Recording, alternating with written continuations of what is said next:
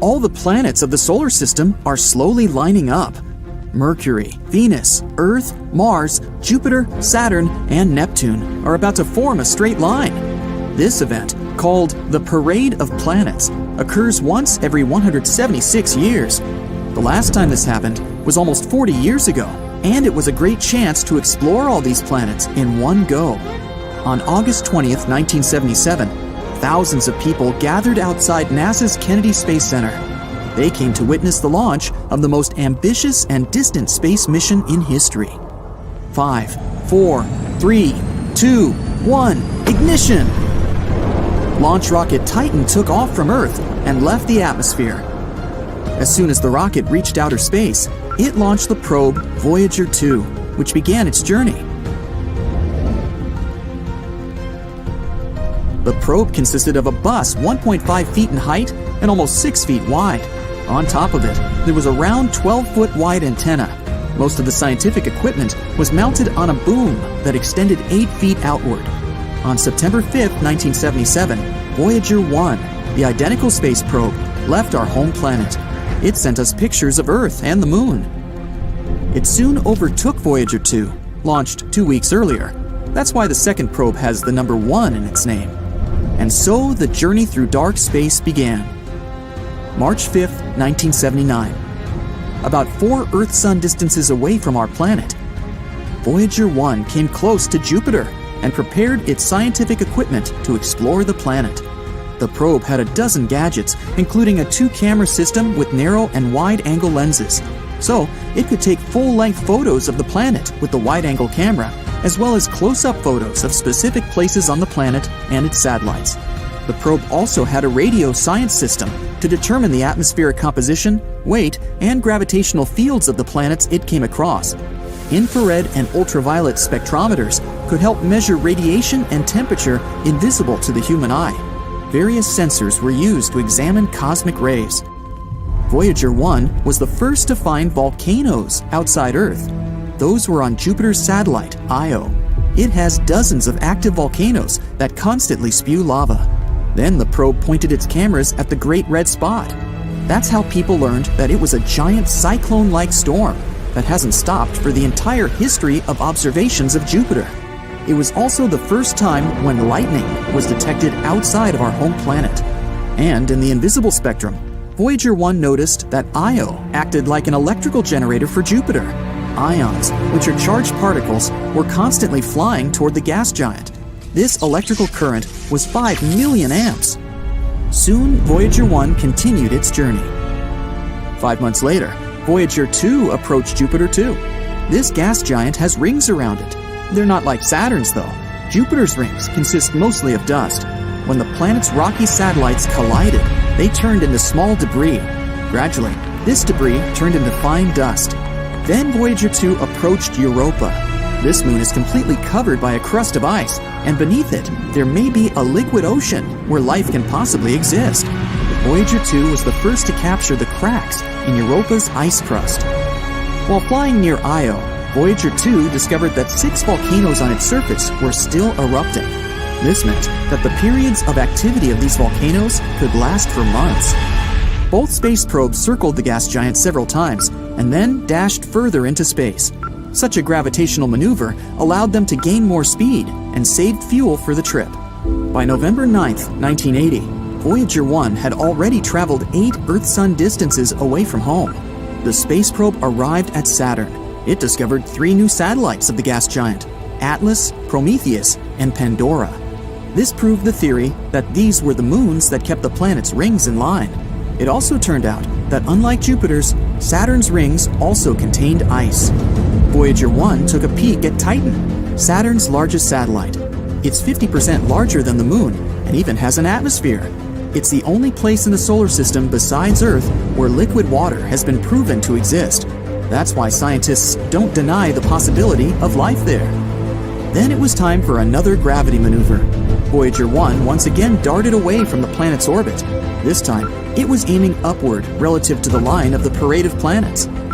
Almost a year later, Voyager 2 arrived there. It made a flyby of several of Saturn's icy satellites. Supposedly, a long time ago, these moons collided and knocked huge chunks of ice and rock out of each other. This debris orbited Saturn, collided, and slowly crumbled into dust, consisting of ice and rock. This is how the famous rings of Saturn were born. Another gravity maneuver, and Voyager 2 set off for the next gas giant. 5 years later, it arrived at its destination, 17 Earth-Sun distances away from our planet. For the first time ever, a human-made object approached Uranus. Voyager 2 discovered 11 new moons there. The probe also found that Uranus was the coldest planet in the solar system.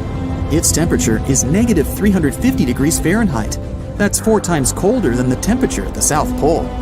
At that time, the Deep Space Network was being tested on Earth for the first time. It's a network of radio telescopes all over the planet. They aim at certain points in the sky to establish communication with extremely distant objects. These telescopes have been successfully receiving signals from Voyagers 1 and 2. August 25, 1989. Voyager 2 had already traveled 23 Earth-Sun distances and arrived at Neptune. It was the first time people received images of this blue planet from such a close distance. The probe discovered 6 new moons there and also took the first pictures of the planet's rings. Engineers then turned off the probe's cameras to save power for its main computer and the instruments that measured the solar and interstellar wind. Voyager 2 left Neptune and headed into deep space. That's why it no longer needed the cameras. A few months later, Voyager 1 sent its last photo back to Earth. It was a family portrait of our entire solar system. Every pale dot was a planet. You can barely recognize Earth in the picture. After that, the camera was turned off to save power. This was the start of the interstellar mission for Voyager 1. For 15 years, Voyager 1 had been flying to the edge of the solar system. On December 16, 2004, the probe passed through the termination shock. This is where the solar wind suddenly slows down and heats up after colliding with the interstellar wind. The space probe managed to endure this test and continued its journey. In 2007, Voyager 2 crossed the same boundary. At that point, sensors recorded a temperature of about 266 degrees Fahrenheit, but the probe managed to withstand it and continued its journey through the dark cosmos. Both Voyagers moved through interstellar space in different directions. They discovered that the heliosphere, the solar wind bubble, is not perfectly round, but more like an egg. August 25, 2012. Voyager 1 became the first human-made object to enter interstellar space. It's now also the most distant artificial object in human history. On November 5, 2018, Voyager 2 also left the solar system. The 2 probes continued their journey into deep space. Right now, the Voyagers have been operational for 44 years. Voyager 1 has traveled 153 Earth-Sun distances and is moving forward at 38,000 miles per hour. In about 300 years, the probes will reach the Oort cloud. This is a hypothetical region around the solar system with nothing but asteroids and blocks of ice. Scientists believe they might reach the nearest stars in the next 40,000 years. Perhaps one day, the Voyagers will enter these star systems and explore unknown worlds. There may be planets there that look like ours. The probes may even be able to find an intelligent civilization there. For this purpose, each Voyager carries a golden record with a message on it. There are 115 images. Among them, there's our number systems, a map of the solar system and pictures of its planets, diagrams of human DNA, portraits of people, and landscapes from Earth. There's also greetings in 55 of Earth's languages, including the oldest and newest of them. There are also 90 minutes of music from every corner of our planet. The Voyagers also carry a device to play these sounds. If another civilization gets this record, their scientists could decode the data step by step. And then, that civilization may decide to pay us a friendly visit. They'll have to repeat the heroic journey of the Voyagers, though. Dozens of light years through dark space. Then crossing the border of the solar system, and finally flying past Neptune, Uranus, Saturn, Jupiter, Mars, and the asteroid belt toward the little blue planet. We can only hope that people will be advanced enough to welcome them. Now here's a question for you. Oxygen can only be found on Earth. True or false? Well, that's false. There are enormous amounts of it across the solar system. Take the Sun, for example. True, Earth's atmosphere has a much higher concentration of oxygen, But because the Sun is massive, it still contains far more oxygen overall simply due to its size. And recently, scientists discovered that Jupiter contains about 1.5 times more oxygen than the Sun itself, far more than Earth. At first, that just sounds like a fun fact. But once you unpack what it means, the discovery becomes much bigger. Jupiter's oxygen may help explain not only how the giant planet formed, but also how Earth survived long enough to become habitable in the first place. Well, first things first, the oxygen on Jupiter is not breathable. It's trapped deep inside the planet as water vapor and other oxygen-containing gases hidden far beneath Jupiter's thick clouds. So no, humans could never breathe there. But this discovery may have revealed something even more important. Jupiter probably did not form where it is today. For decades, researchers believed they had a decent understanding of how Jupiter formed. But recent findings suggest the planet likely originated much farther from the Sun, in a freezing region packed with oxygen-rich ice, before migrating inward over millions of years. In other words, Jupiter moved across the solar system. For nearly 30 years, scientists struggled to answer one basic question: how much oxygen is actually inside Jupiter? NASA's Juno mission can only study part of the atmosphere, while deeper layers remain hidden beneath crushing pressure and violent storms.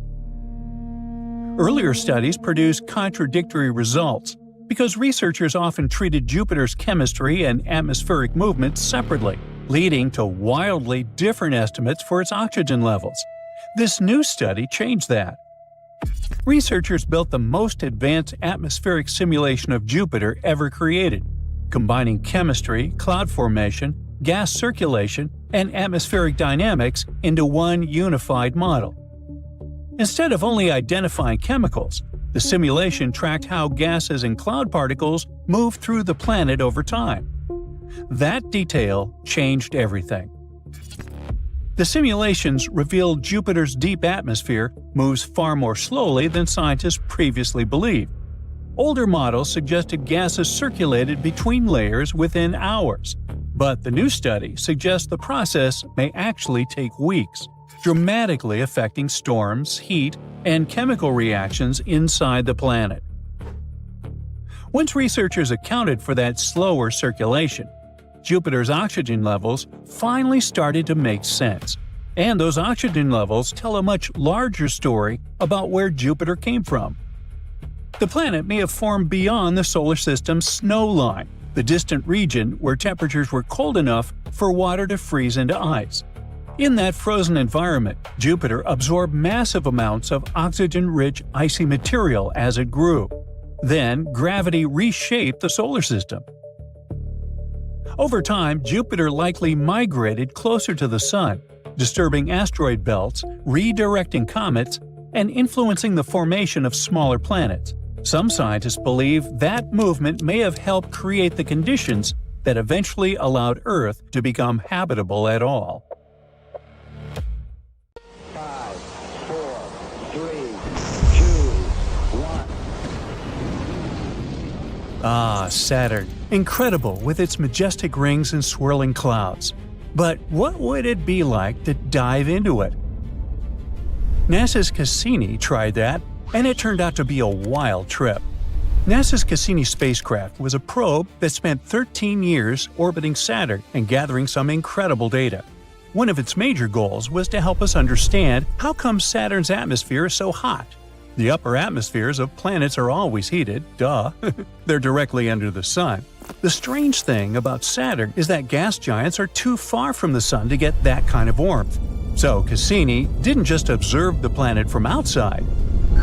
On September 15, 2017, it dove deep to the journey that would become the spacecraft's grand finale. Its last moments were spent inside Saturn's upper atmosphere, sending back priceless data as it slowly disintegrated. Now, these upper layers are no joke. The planet's horrifying magnetic field hums with energy, and powerful winds whip around at thousands of miles per hour. Cassini would pass through thick layers of clouds, hazy, pale gold, and muted, reflecting the sun's faint light. And these aren't cute, fluffy Earth-like clouds made of water vapor. This is a nightmare cocktail of hydrogen and helium. The probe ventured deeper, passing through the region where Saturn's iconic rings rain material onto the planet. Cassini discovered that this rain was more intense than anyone expected, more than 22,000 pounds of material per second. That's at a rate that Saturn's rings might not last forever. The planet's own gravity could eat them away completely someday, unless the rings get a sudden update. These are all tiny grains of ice and dust, caught in the planet's gravity, falling into the atmosphere like a relentless storm. The grains, mixed with water, methane, and even chemicals like propane and butane, slowly alter Saturn's atmospheric chemistry. It mixes with the particles in the planet's upper atmosphere, making them heavier and warming Saturn up. Unfortunately, this was too much for poor little Cassini. It was designed to be tough enough for the outer layers, but it burned up before it could descend into the terrifying deeper regions. In the more intense layers of Saturn's atmosphere, winds reach extreme speeds of over 1,100 miles per hour. The pressure becomes crushing, and the deeper you go, the more overwhelming it becomes. It would feel like entering an ocean of gas, one with no clear surface, where the sky gets darker, thicker, and more hostile as you descend. And at a certain point, complete darkness. Just you and the overwhelming mass of hydrogen gas pressing in from all sides. But Cassini's sacrifice was invaluable to scientists. The key data it sent us before the grand finale allowed scientists to map Saturn's upper atmosphere more completely than ever before. Cassini tracked bright stars, like those in Orion and Canis Major, as they passed behind the planet, measuring how their starlight shifted. This helped scientists to understand how dense and hot the atmosphere was. It left us some final pictures as well, though they're not as impressive as you might think. It was a monochrome shot taken from about 394,000 miles away, showing a dark portion of Saturn's night side, softly illuminated by the reflection of its own rings. NASA also posted a picture made by their own artists of what Cassini could have seen in its last moments. And of course, it gave us the answer to the big mystery of Saturn's heat. It's because of auroras. It turns out that due to the crazy magnetic field, the planet's cloud layers are sparked up by sudden bursts of auroras at the poles. They're like the northern lights on Earth, but far more intense. The gas giant skies occasionally light up with radiant greens and blues. They're sparked by the interaction between solar winds and the charged particles from Saturn's moons. The hottest areas of Saturn were near these auroras. These light shows are powerful enough to heat the upper atmosphere, spreading warmth across the planet. Thanks to this added information, we discovered something important, not just about Saturn, but about all gas giants across our solar system and beyond. Meanwhile, the photos we have of Venus are much more dramatic. Venus is a bit closer to the Sun than Earth. It's often been called Earth's twin because of the similarities, like in size, mass, and composition. But don't be fooled. Beneath those thick clouds lies one of the most toxic environments in our solar system. Its surface is a nightmare, where temperatures soar to about 900 degrees Fahrenheit, hot enough to melt lead. The pressure on the planet is crushing as well, 92 times that of Earth's. That's like standing 3,000 feet under the ocean. We just couldn't resist taking some pictures. So, in the 1970s, scientists managed to land probes on this volcanic, unforgiving surface. And these missions were successful. They managed to send back the first photos of Venus and showed us incredible stuff. The first probe lasted only 23 minutes on the surface and then crushed down under this crazy pressure, winds, and heat.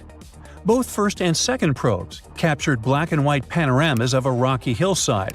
On both, the second lens failed to eject. The horizon was flat, the ground strewn with jagged rocks, and the oppressive atmosphere pressed down like an invisible force. After lots of hurdles, we finally managed to look at colorful pictures from Venus in the 1980s. This spacecraft lasted more than 2 hours after extreme conditions. It's incredible that they managed to send us anything at all. Venus is a planet where metals melt, and where the atmosphere itself eats away the spacecraft. The photos it took showed that on Venus, the skies aren't blue, but an eerie yellow due to the thick clouds of sulfuric acid. NASA also has some computer simulations of what Venus's surface could look like, but these don't really convey the horror of actually being there. Perhaps it's time we look at Venus once more. There's so much we don't know about this fiery neighbor. Finally, we also tried to enter Jupiter's atmosphere in the 90s, and that's the hardest one on the list. NASA's Galileo missions probe was designed to dive into Jupiter. It was launched in 1989 and traveled millions of miles with a small entry probe on board. This tiny hero would face one of the most intense environments we've ever encountered in space. It was finally released on July 13, 1995. At that moment, the spacecraft was still 50 million miles away from Jupiter, so just to enter the atmosphere, it had to fall for months.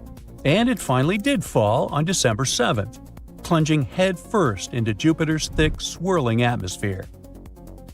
The probe slammed into Jupiter's skies at a staggering 106,000 miles per hour. That's fast enough to cross the United States from Los Angeles to New York in 90 seconds.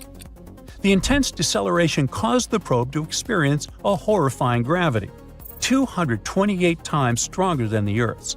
It slowed down from supersonic speeds to just 100 miles per hour in minutes. The heat generated by its entry was so extreme that the shock wave ahead of it glowed as brightly as the sun itself. The temperature soared to 28,000 degrees Fahrenheit.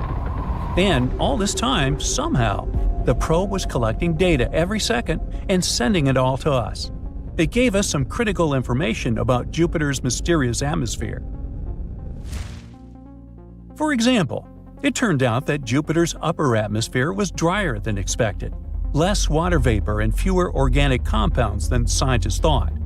The probe also measured fierce winds of up to 0.5 mile per second. And surprisingly, it didn't see that much lightning, even though we thought these are never ending on Jupiter. One of the probe's biggest surprises was the discovery that Jupiter's atmosphere contained less helium than we thought. It also revealed a horrifying radiation belt about 30,000 miles above Jupiter's clouds. It's like intense radiation encircles the planet like a cosmic shield. The poor little guy managed to survive for 58 minutes. It eventually succumbed to immense pressure. Meanwhile, the Galileo orbiter continued its mission, becoming the first spacecraft to orbit Jupiter.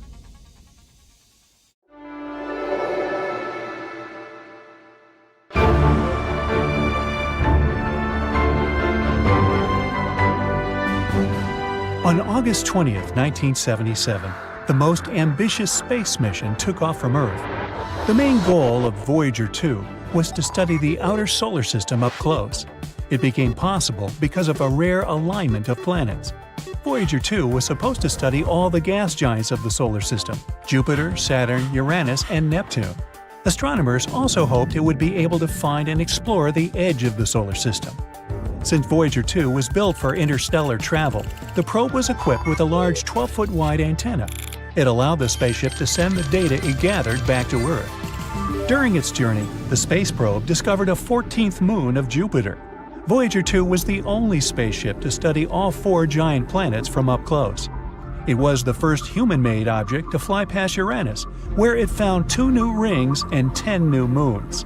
Voyager 2 also flew by Neptune and noticed its great dark spot. That's a colossal spinning storm in the planet's southern hemisphere. The storm is the size of Earth and moves at a speed of 1,500 miles per hour. These winds are the strongest ever recorded on any planet of the solar system. In the history of space exploration, only 5 spacecraft have managed to leave the gravitational pull of the solar system. Those were Pioneer 10 and 11, Voyager 1 and 2, and New Horizons. People launch thousands of objects into space. These objects easily overcome Earth's gravity. But the Sun is around 300,000 times as massive as our home planet. That's why its gravitational pull is way more difficult to fight. Even more impressively, Voyager 2 is the second human-made object in history to reach the space between stars after passing through the heliosphere. That's a bubble of magnetic fields and particles produced by the Sun and protecting the solar system. 2 years after its launch, Voyager 2 started transmitting the first images of Jupiter. The space probe provided scientists with much-needed information about Io and Europa, some of the largest of Jupiter's moons. Then the space mission passed by the gas giant itself. The distance between the spacecraft and the planet was around 400,000 miles. That's when the probe noticed some changes in the shape and color of the Great Red Spot. It's an enormous, long-lived storm system, like a hurricane on Earth, but much, much larger. 2 years later, Voyager 2 reached Saturn. It discovered spokes and kinks in some of the planet's rings. While the spacecraft was flying behind and up past the gas giant, it passed through the plane of Saturn's rings. At that time, Voyager's speed was around 8 miles per second. For several minutes, the probe was hit by thousands of micron-sized grains of dust. This kept shifting the probe's direction, and its control jets had to fire many times to stabilize the vehicle. After Voyager 2 explored Uranus and Neptune, it headed out of the solar system.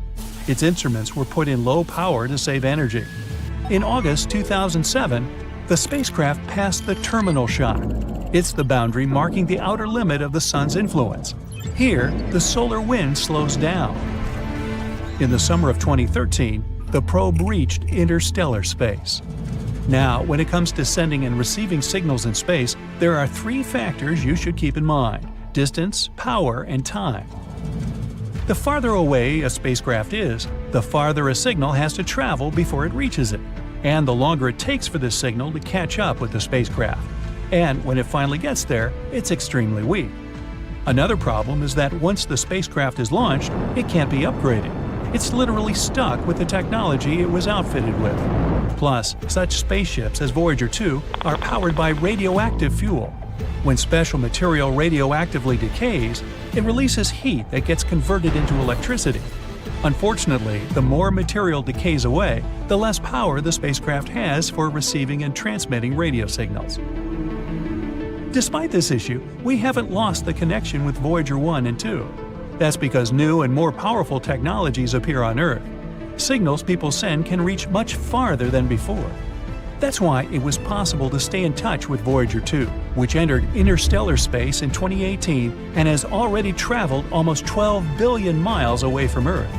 But in March 2020, the main piece of equipment that allowed scientists to exchange signals with the spaceship was switched off. After the communication with the spacecraft stopped, NASA spent around 11 months upgrading its deep space network and installing new hardware. The DSN is an international array of huge radio antennas that help astronomers on Earth communicate with interplanetary missions. These antennas are located in California, Madrid, and Canberra. The one used to keep in touch with Voyager 2 is a 230-foot wide dish in Canberra. This is the only equipment that can send commands that can reach the probe. This antenna, known as DSS-43, started operating in 1972, 5 years before Voyager 2 and 1 were launched. At that time, it was only 210 feet across. Since then, the dish has received a lot of repairs and upgrades, but these 11 months were the longest the antenna was offline. In October 2020, the antenna was finally ready for a trial after all the upgrades and repairs. The mission operators sent a set of commands to Voyager 2, and after many months of radio silence, the spacecraft returned the signal. The probe confirmed it had heard the call. After that, the spacecraft carried out the commands. While the dish was offline, the mission operators could actually receive scientific data and health updates from Voyager 2. Astronomers kept getting data from interstellar space, the region outside the Sun's heliosphere, but they couldn't send any commands to the probe since it had traveled too far away from Earth. The upgraded antenna received 2 new radio transmitters, and it was done just in time. One of the transmitters, that was used to communicate with Voyager 2, hadn't been replaced in almost 50 years. The antenna also got new cooling and heating equipment and other electronics necessary to support the advanced transmitters. Now, a curious thing about the Deep Space Network is that its radio antennas are positioned in a very precise way. They're spaced equally around the globe. This way, almost any spacecraft can stay in touch with at least one facility at all times. But Voyager 2 is an exception. In 1989, it made a close flyby of Triton, Neptune's moon. It was the only close encounter people had with the 8th planet of the solar system and its moon. By the way, Triton is the largest known object that is believed to be born in the Kuiper Belt. That's a donut-shaped ring around the Sun full of icy objects. Voyager 2 discovered Neptune's ring system and its tiny inner moons. The probe also gathered a lot of amazing information about Triton. For example, it became clear that the Moon is covered in cryovolcanoes. Instead of spewing molten rock, these volcanoes spit ice consisting of water, ammonia, and methane. When the New Horizons spacecraft flew past Pluto more than 25 years later, it discovered the same phenomenon on the dwarf planet. Anyway, to make this detour, Voyager 2 had to travel over the gas giant's North Pole. But this changed the probe's trajectory, deflecting it southward relative to the planes of the planets. Since then, Voyager 2 has been moving in that direction. And now, the spacecraft is so far away that it's out of reach of the radio antennas in the Northern Hemisphere, those in Madrid and California. This makes DSS-43, which is located in the Southern Hemisphere, the only dish powerful enough in broadcasting just the right frequency to send commands to Voyager 2. Voyager 1, the probe's faster-traveling twin, didn't change its trajectory. After passing by Saturn, it took a different path. That's why now it can easily communicate with the two facilities in the Northern Hemisphere. The upgrade the Canberra Deep Space Communication Complex has gone through can also benefit other space missions. For example, the Mars Perseverance rover that landed on the Red Planet on February 18, 2021. The dish will also be crucial for exploring other planets and the Moon. A few years ago, NASA caught a mysterious green glow on Jupiter. It was moving at breakneck speed and almost escaped detection. Could it be proof that Jupiter has secrets we've been missing for decades? And if so, how will it affect us humans on Earth? Well, the truth is, astronomers didn't just stumble across this phenomenon. They've been studying Jupiter very carefully for a long time. The reason is the Juno mission. The Juno spacecraft was launched in 2011, and it reached Jupiter in 2016. Since then, it's been orbiting the planet and collecting tons of data. Juno's job is to help us understand what Jupiter is made of, how its atmosphere works, and what's happening deep inside the planet. In 2020, one of Juno's cameras, called JunoCam, clever, captured something strange. Near Jupiter's North Pole, a bright green flash of light occurred. This light appeared to be moving very fast. Capturing fast-moving objects in space is extremely difficult. That's why this image surprised many scientists. So, what could this green glow be? The most plausible and widely accepted explanation is lightning. But lightning on Jupiter is very different from lightning on Earth. On Jupiter, lightning forms inside massive clouds made of ammonia and water. These storms are far stronger than anything we experience here, and they can produce unusual colors, including green. But what if the green glow isn't lightning at all? Why didn't we see it before? This glow could always exist, but it probably moved too fast for our cameras to catch until now. Anyway, if we spot it again, we would be able to study it more closely and figure out what's really going on. Until then, a lot of the explanations are still educated guesses. Another question is what this might mean for Earth. Scientists are sure it won't have any direct impact on our planet. But the discovery is still important. It shows that weather-like phenomena such as lightning exists on other planets, and sometimes in much more extreme forms. Like on Mars, for example. Scientists have just discovered that the planet's atmosphere crackles with static electricity. In other words, Mars has tiny lightning. Back in 2021, when a dust devil rolled over NASA's Perseverance rover, scientists expected to hear the usual stuff: sand scraping, wind rushing past. Instead, the rover picked up a faint pop. At first, it didn't make much sense, and now, researchers finally think they know what it was. That sound likely came from electricity discharging in Mars's thin air. Basically, mini lightning on Mars. It doesn't look like lightning on Earth. There are no bright flashes streaking across the sky. Mars's atmosphere is too thin for that. Instead, These are tiny sparks. Still, they count as lightning, which officially makes Mars the third planet beyond Earth known to have lightning, after Jupiter and Saturn. How did scientists find this? Well, Perseverance has a microphone called SuperCam mounted on its mast. Over 2 years, it recorded about 28 hours of Martian sound, and hidden in all that audio were 55 short bursts that matched what you would expect from small electrical discharges. The sparks were super tiny, like those little shocks you get when you touch a doorknob after walking across a carpet. Yeah. Each spark lasted only milliseconds, but 7 of them also lined up with electromagnetic interference. This is a big clue that electricity had jumped through the air near the rover. But where does this Martian lightning come from? On Earth, lightning forms inside storm clouds when ice particles collide. Now Mars doesn't have rainstorms like that. It's too cold and dry, but it does have a lot of dust. When strong winds whip dust grains around, they rub into each other and trade electric charges. Scientists use a long and complicated word to describe this phenomenon, triboelectrification, but the idea is simple. Friction builds up electricity. Once that charge grows strong enough, it releases. That release creates both sound and electromagnetic waves, the very signals Perseverance detected.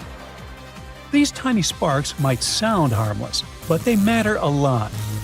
Electrical activity can change Mars's chemistry. It may help create reactive chemicals like hydrogen peroxide and percolates, which break down organic matter. That could help explain why Mars struggles to preserve signs of ancient life. Electricity might also affect how dust moves. Charged dust lifts more easily, which could help dust storms grow and support themselves. That creates something like a feedback loop. More dust, more charge, more storms. And there's a practical side too. These sparks won't hurt astronauts directly, but they could interfere with electronics or damage sensitive equipment. Knowing when and where they happen will help engineers design future missions and future spacesuits to handle Mars's electrically active environment. Now, let's move further away from the Sun. Here's something that might change how you picture the solar system. New simulations suggest that Uranus and Neptune might not be giant balls of ice after all. They could actually be much rockier on the inside, with thin icy layers around. Researchers at the University of Zurich ran new models and found that these ice giants don't have to be ice-dominated to match what we observe. In fact, many of their simulations work just as well if these planets contained a lot more rock than expected. Based on the data we have today, Uranus and Neptune could be rock-heavy or ice-heavy. There's just not enough information to choose between the two. That's why scientists keep calling for missions that would orbit these planets and study them up close. Voyager 2 flew past Uranus in 1986 and Neptune in 1989. It grabbed a few measurements and kept going. No spacecraft has ever stayed long enough to really figure out what's happening beneath the clouds. So scientists rely on computer models built from limited clues. The classic ice giant picture still works, but it's no longer the only explanation that fits the data. Now, another astonishing discovery involves Uranus's moon, Ariel. Even though it's small, scientists now think it could have once hidden a massive underground ocean that made up more than half of its entire volume. That ocean could have been around 105 miles thick, and it might have existed as recently as 1 billion years ago. Ariel is only about 720 miles wide, roughly a third the size of Earth's moon. Because of that, scientists used to assume it couldn't hold on to heat for very long. Newer research doesn't quite agree. When Voyager 2 flew past Uranus in 1986, it sent back images showing that Ariel's surface didn't look old and frozen. Instead, the moon looked relatively young and active, with cracks, ridges, and even signs of ice volcanoes. Some of those features look surprisingly similar to what we see on moons, like Europa, Enceladus, and Triton. And those are places we already know have oceans beneath the ice. Later on, scientists also found traces of ammonia and carbon-based compounds on Ariel's surface. Those chemicals usually don't last long, unless something keeps bringing them up from below, which often means liquid water underground. Researchers built models of what the inside of Ariel might look like. In their simulations, the moon had a brittle outer crust, a softer layer underneath, a deep ocean below that, and a solid core at the center. After that, they tested how Ariel's crust would react to tidal forces, the constant stretching and squeezing caused by Uranus and nearby moons. It turns out that if Ariel's crust was less than about 19 miles thick, it would crack under a serious amount of tidal stress. One source of that stress could be an interaction with another moon, Miranda, about 1 to 2 billion years ago. That interaction slightly stretched Ariel's orbit and put enough strain on the crust to break it. In any case, it's too early to claim that Ariel still has a huge ocean today.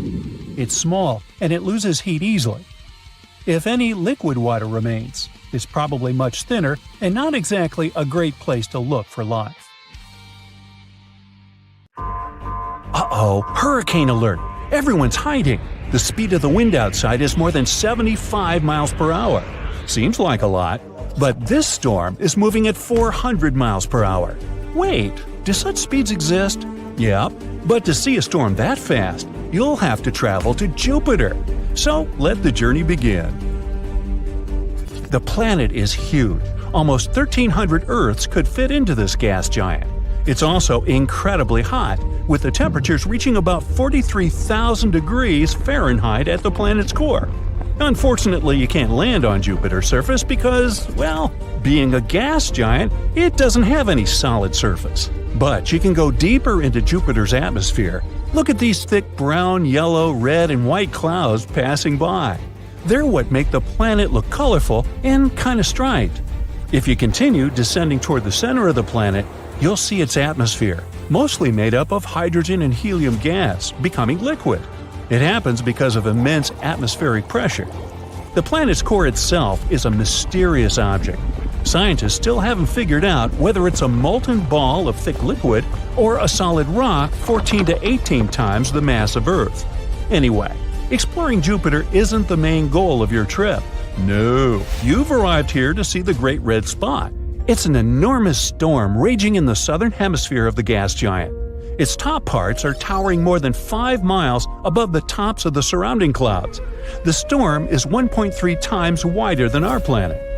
In 2017, NASA's Juno space probe managed to collect lots of data about the red spot. And it turned out that this monster of a storm goes more than 200 miles down into the planet's atmosphere. That's 30 to 100 times deeper than any ocean on Earth. But these measurements are most likely imprecise, and the storm's true roots can be reaching even deeper. The Great Red Spot is colder than the rest of the atmosphere. And keep in mind that Jupiter's temperatures are minus 234 degrees Fahrenheit in the upper cloud layers. On the other hand, the closer to the core, the hotter it gets.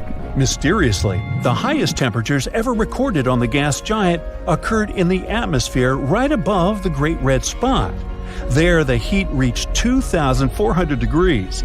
This temperature is higher than that of lava on our planet. Astronomers believe that the turbulence caused by the storm might produce gravitational and sound waves that can be responsible for the superheating. But the storm itself is warmer at the bottom than at the top. People have been watching the moving vortex on Jupiter for more than 150 years.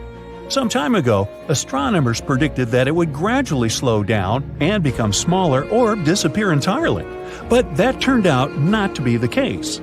After having analyzed all the data received with the help of the Hubble Space Telescope, researchers were baffled to discover that the winds at the outer boundaries of the storm had actually picked up speed. The change in the wind speed is no more than 1.5 miles per hour during one Earth year. It's a tiny change, but however small the difference is, it still means a lot. The wind speed at the edges of the storm can reach a mind-boggling 400 miles per hour. That's faster than Earth's tornadoes. At the same time, if you found yourself at the center of the Great Red Spot, you wouldn't be too impressed.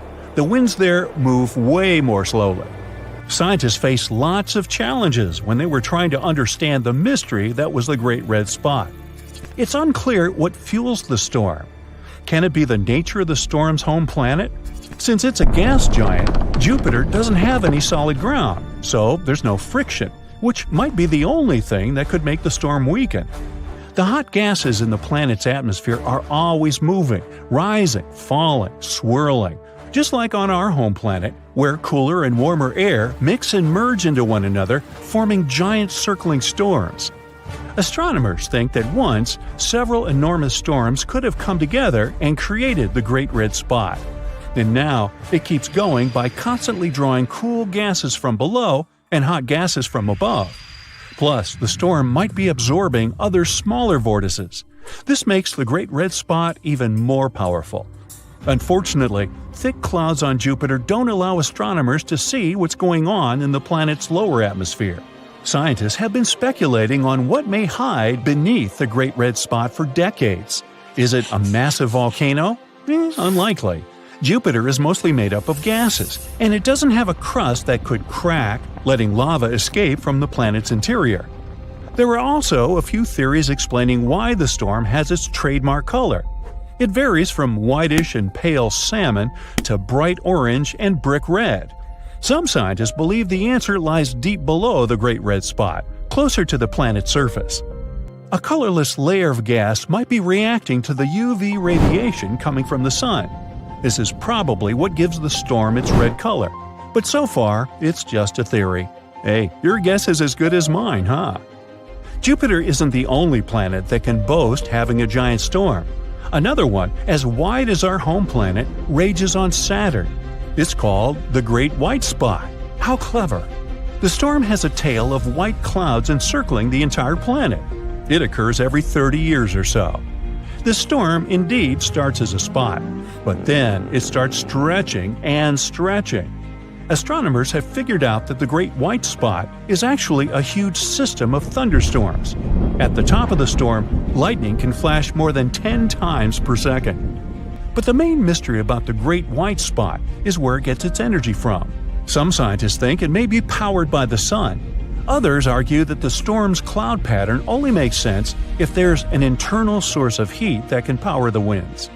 Anyway, severe storms on different planets of the solar system aren't the only space mystery that makes astronomers scratch their heads. Let's move to Pluto, the largest known dwarf planet in the solar system, and explore its atmosphere. It rises really high above the surface of the planet and has more than 20 layers, all of them freezing cold and extremely condensed.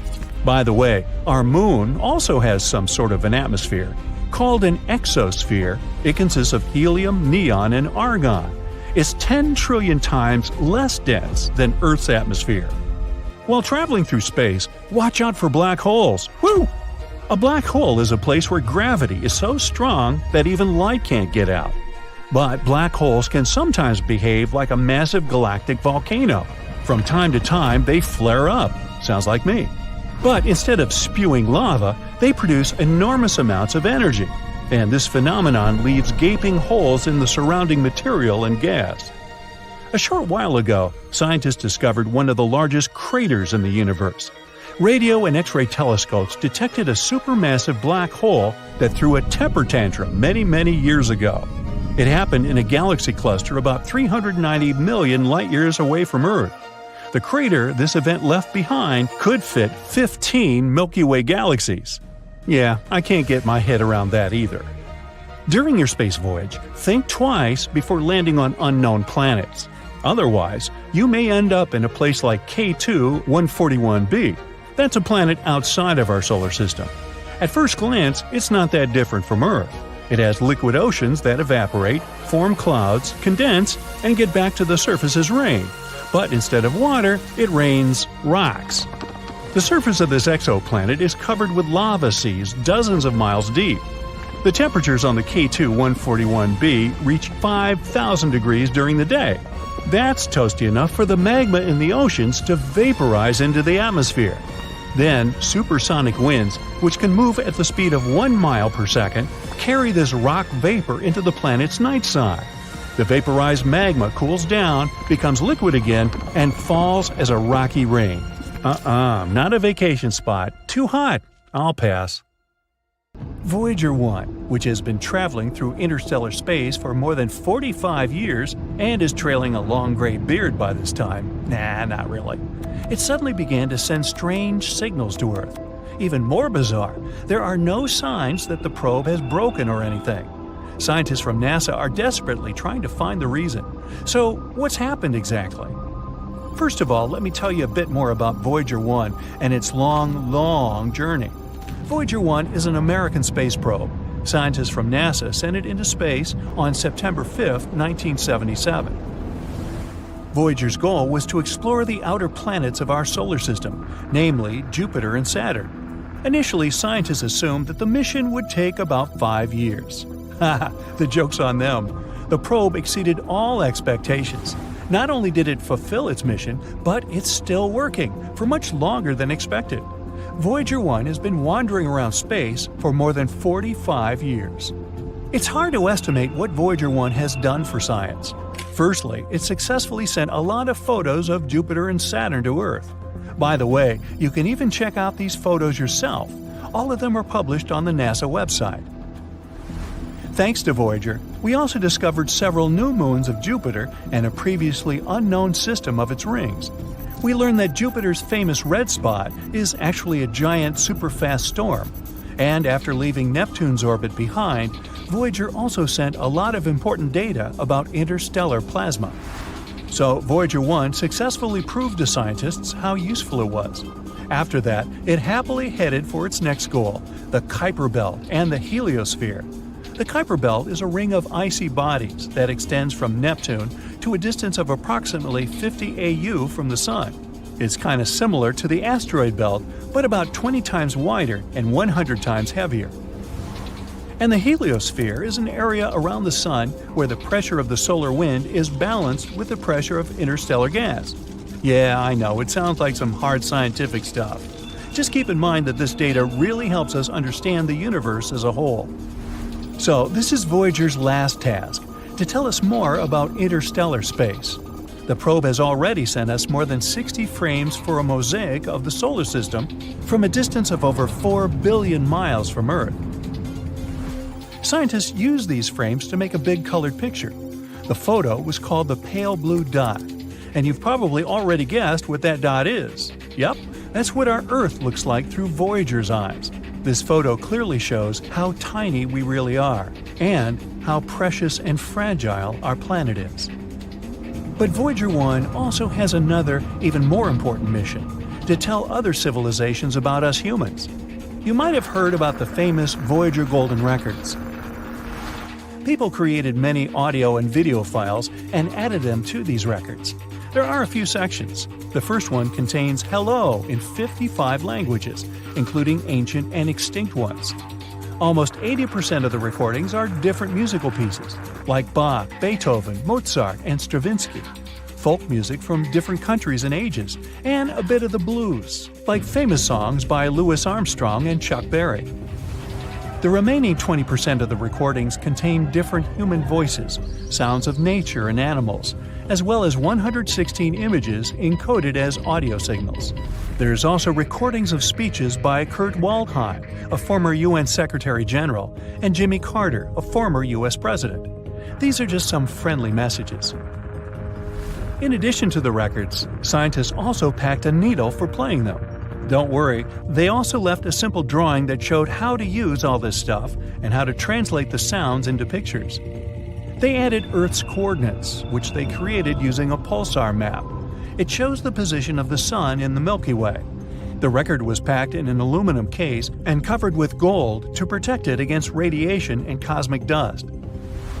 Carrying this record, Voyager 1 set off on its long journey, and it has already traveled quite a distance, I'd say. Right now, Voyager 1 is 154 astronomical units away from us. That's about 14.5 billion miles. This makes it the most remote human-made object. Initially, this title belonged to the Pioneer 10 mission, but Voyager overtook it in 1998. What a bargain for NASA! It's way beyond its best-by date. Voyager 1 is actually so cool that it even overtook its twin brother, Voyager 2, which, by the way, had been sent into space 2 weeks earlier. Voyager 1 moves at a speed of 9.7 miles per second. That's 35,000 miles per hour. Even the fastest sports car in the world travels at a speed of only 305 miles per hour. So it's hard to imagine the speed of Voyager. Anyway, at the moment, Voyager is heading to the borders of the Oort cloud. That's the name of a hypothetical layer of icy objects surrounding the solar system. Astronomers haven't confirmed its existence yet, but they're almost sure it's there. After all, even black holes were only a theory not so long ago. Unfortunately, Voyager 1 won't return back to the solar system. It'll keep in touch with Earth at least until 2025. But eventually, we'll lose the connection with it for good. In 300 years, it'll reach the borders of the Oort cloud. And in 30,000 years, I won't be around then, it'll finally leave the solar system. And if nothing happens to it along the way, in another 10,000 years, Voyager 1 will approach red dwarf star Gliese 445 in the Giraffe constellation. In the future, the probe will probably keep wandering around the Milky Way galaxy. And now, let's finally discuss the mysterious signals part. So, what happened? Well, a rather unusual thing. NASA's Jet Propulsion Laboratory, which monitors and controls both Voyagers, reported this problem in May 2022. Our veteran spacecraft suddenly began sending strange data to Earth. The whole situation puzzles even engineers from NASA. Now, I bet you're thinking, come on, the thing just probably broke down or something. But the truth is that Voyager 1 is totally fine. It works as usual, receives and carries out commands from Earth, and collects and sends scientific data. But the readings of the AACS, which stands for Attitude and Articulation Control Subsystem, don't show what is actually happening to Voyager anymore. This system supports the orientation of the probe in space and helps it keep in touch with Earth. So, basically, the signals mean that the probe's orientation in space is messed up. But scientists claim this is not the case. They know that the source of the antenna signal remains in the same position relative to Earth as planned. The problem hasn't triggered any of the onboard fault protection systems. The probe hasn't even entered safe mode. So, what in the world, or universe, is going on? Suzanne Dodd, the head of the project, says that the problem is not actually that unexpected. After all, Voyager 1 is already 45 years old. The expert admits that what's happening to the probe remains a mystery to them. They don't know exactly where the incorrect data is coming from, and it's unclear how this will affect the operation of Voyager. She adds, though, that it's not that surprising, considering that the probe is in interstellar space. There's a very high level of radiation there. No spacecraft has ever reached that point before. Scientists from NASA say they'll keep closely monitoring the data coming from Voyager 1 until they figure out the problem. If they find it, the management team will try to fix it. Otherwise, the team will have to adapt to the new conditions. It might not be enough just to understand the problem, though. It takes as much as 20 hours and 33 minutes to receive the signal from Voyager, and it takes the same amount of time to respond to it.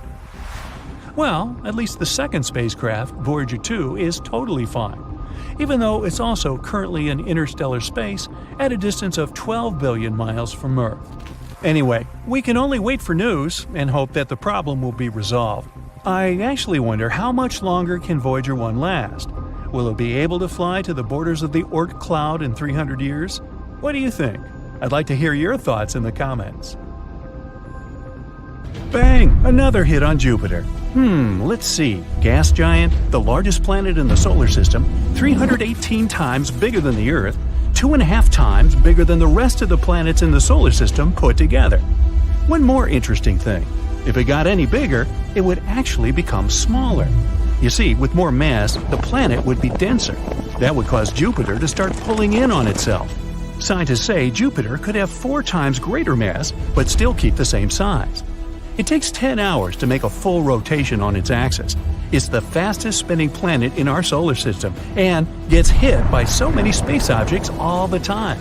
This was discovered by amateur astronomers observing Jupiter and saw some unusual flash at the planet's surface. Impact events cause flashes like that, and for some reason, Jupiter gets more impacts than other planets. In 1994, astronomers discovered Shoemaker-Levy 9, a comet that broke apart and collided with the gas giant. The original comet was approximately the size of one that erased the dinosaurs. However, this asteroid fell apart into more than 20 fragments. They darkened the planet's surface, and it remained like that for months. 15 years later, in 2009, astronomers saw a black spot on Jupiter, the size of Earth. It was the result of an asteroid around 650 to 1,650 feet in length.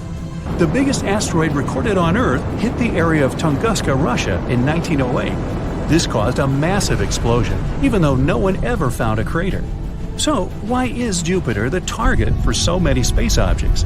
Asteroids and comets that pass by Earth and Jupiter go almost at the same speed. The number density of the space object that may interact is almost the same too. But the cross-section of what they might hit is very different. Jupiter has 11 times the diameter of our planet, which means it has around 125 times the cross-section. The more massive some planet is, the stronger its gravitational attraction. So, it will entice some space objects drifting by. Our gravitational field is weaker than Jupiter's. If some object passes near us moving at a speed of 22,300 miles per hour or less, our gravitation will attract it. Asteroids and comets usually move at bigger speeds. Jupiter attracts most of the comets and asteroids passing by. If our planet was hit by such big objects as frequently as Jupiter, we'd have extinction like with dinosaurs thousands of times more often. In 2020, scientists found there was an unusual asteroid in the orbit of Venus, the first one there. The size of a small mountain and rich in minerals we can find in Earth's deep rocks. They even think it could be a clue to a bigger set of asteroids created when our solar system was forming. That's not the only mystery around Venus. The planet has insanely violent winds that drive clouds and storms around the planet at speeds greater than 220 miles per hour. That's 60 times faster than Venus itself rotates. Also, scientists are still not sure what happened with its oceans. They believe since the planet is so close to the sun, the water evaporated and went into the atmosphere as steam. It trapped heat coming from the sun, heat that would have vaporized more and more water over time. Venus probably had an environment like on Earth, but a very long time ago. The theory says many comets and asteroids were slamming into Venus. Billions of the planet's pieces were flying all around. Some may have even crashed into Earth's moon. Pieces that slammed into our planet are probably buried very deep, since we have greater geological activity than the moon. Uranus also had a collision, but a more serious one than asteroids. The rest of the planets in our solar system mostly have an axis of rotation that kind of points up from the elliptical plane. Uranus is tilted, lying on the side, so a season there lasts 42 years, when either its south or the north pole is pointed at the sun. Most of the planets also rotate counterclockwise when you see them from above our solar system. Venus does the opposite, which means maybe it was kicked off axis a long time ago. Uranus may have collided with the other space body millions of years ago. When our solar system was still very young, the orbital configuration of Saturn and Jupiter may have crossed. Their gravitational forces kind of created orbital momentum and transferred it to Uranus. That knocked it off axis. Millions of asteroids orbit the Sun, and not so many pass by Earth from time to time, so we don't have some dangerous space bodies coming toward us. The plan is to visit Mars in the 2030s, and scientists hope Mars won't be a target of some bigger space bodies. New craters are formed on the red planet every 1 to 2 days. They can be 13 feet across, which means they could have been formed by objects that are the size of a soccer ball. Since the atmosphere there is thinner than ours, smaller bodies can enter easier. Most of the Martian north is smooth lowlands. The south is higher, full of craters, and the planet's interior has a surprising amount of rare metals. The theory says this is because a big celestial body collided with Mars and tore away a part of its northern half. Debris from that asteroid circled the planet and then mixed into 2 small moons that orbit Mars. We also have some Mars rocks on Earth, found in the Sahara Desert, Antarctica, and some other places across the globe. Some of these rocks have gas that's chemically the same as the atmosphere on Mars. Rocks probably came due to a big explosion that happened when some larger asteroid or meteor that was ejected from Mars and landed on our planet. Mercury also has a thin atmosphere, so there are many smaller strikes there. Imagine waking up, going to your window, and see there are micrometeor showers every morning, which is something that happens on Mercury. This strange weather pattern shapes its atmosphere, called an exosphere. Mercury is so dense, its heavy iron core accounts for 2/3 of its total mass. Scientists think it could have been bigger in the past, but many collisions got the surface sort of scraped off. It's been constantly bombarded by rocks from space that left marks with craters. Plains on its surface seem to have been created because of volcanic lava spilling over the surface and then dried smooth. Many craters are filled with such a material, which means there's one more thing that rocked Mercury's world: volcanoes. There's an unusual group of asteroids discovered near Neptune. Wide range in sizes, from big metropolitan areas to tiny pebbles. They are thought to come from an asteroid group called the Kuiper Belt. It makes a ring well beyond Neptune. But these new asteroids have different colors than the Kuiper Belt. They're so far away from the Sun, their surface was supposed to stay almost pristine, but they have a similar color to those sun-baked asteroids around Jupiter. Like the rest of the planets, Neptune gets heat from the Sun. But there's something mysterious inside the planet that makes it generate more heat than it gets. This affects its weather, and Neptune has the weirdest weather in the whole solar system. Massive storms, insanely high winds, cirrus-like clouds that rapidly change all the time. There are dark spots in its atmosphere. They come and go. We receive 1,000 times more sunlight than Neptune. Gas giants like Saturn and Jupiter can protect our planet from asteroids. Without them, the big impacts that created enough debris to form both moons and other planets would happen more often. There's a huge asteroid going around Saturn, which could be a potential flyby by 2031, more than 10 times bigger than the asteroid that erased the dinosaurs. Titan, one of the moons orbiting Saturn, 80% more massive than our moon, is actually the only moon in our solar system that has an atmosphere. It's 1.5 times thicker than ours and consists mainly of nitrogen, like our atmosphere. No one knows where all that nitrogen came from. However, unlike Saturn and most of the other places in our solar system, its moon has a real potential to host life. Now, I'll bet you remember the furthest planet from the Sun is Neptune. When European astronomers argued about what to call the newly discovered eighth planet back in 1846, they settled on the name of the Roman deity of the sea. This ice giant is 4 times the size of Earth. And if our planet was the size of a nickel, Neptune would be as large as a baseball. At the same time, the ice giant is 17 times as heavy. If you were approaching this icy world, it would seem blue and perhaps inviting. But this blue surface is actually a layer of swirling gas and permanent clouds. So don't get your hopes up. You wouldn't be able to land on this planet. Its mantle, made up of water, ammonium, and methane ice, is the closest thing Neptune has to a surface.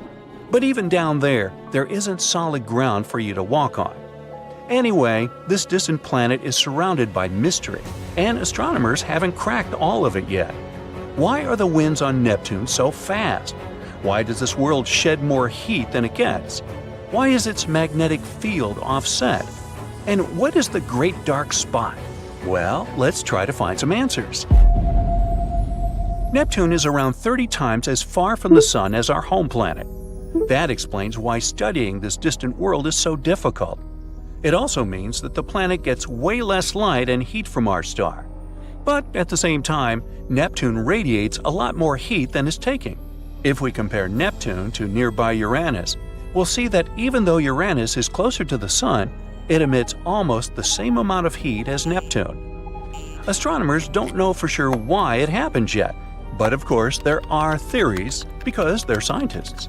Some experts believe there is something fierce inside the blue planet that causes it to generate more heat than it receives.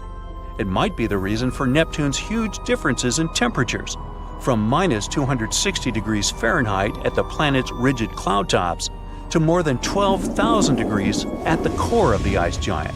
So you're going to want to dress in layers. Now, such temperature variations might be the reason for powerful windstorms. Their speed can reach 1,200 miles per hour. For comparison, the most powerful winds on Earth move at a speed of 250 miles per hour. Another curious thing about Neptune's winds is that they are blowing westward, which is backward to the rotation of the planet. A study published in 2013 supposed that the winds on Neptune would appear in thin layers no more than 600 miles thick. Such a shallow depth might mean that condensing and evaporating moisture could produce those crazily fast air currents. Then there's the issue of Neptune's magnetic field being offset. If you were to overlay a magnet on this planet, it wouldn't line up with the center. Astronomers aren't sure why it happens. Magnetic fields are produced by moving currents, and all the planets, including Earth, are believed to have some conductive material moving in their bellies. But with Neptune's belly, it's a bit different.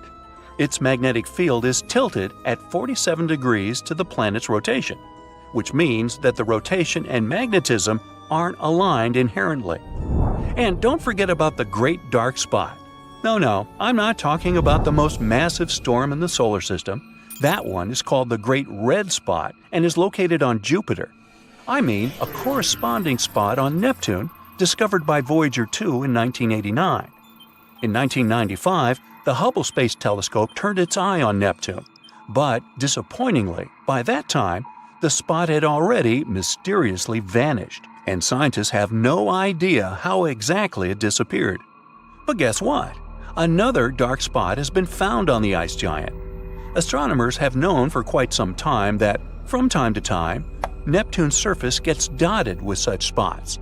These bizarre discolorations have been linked to high-pressure areas, coming and going over the course of a few years. But no one has seen a dark spot forming until recently. Since then, astronomers have been observing the birth of dark spots quite regularly. Now they have a much better idea of where and when these huge vortices might form. Now, despite assumptions, astronomers once thought Neptune was a boring, featureless world. The ice giant has a hyperactive atmosphere. It's turbulent, with cloud ripples and severe storms. Plus, this planet has a ring system. Disappointingly, those rings are not distinct hula hoops circling Neptune, like those of Saturn. The ice giant's rings are weirdly chunky and contain gobs of material that form arcs in the outer ring.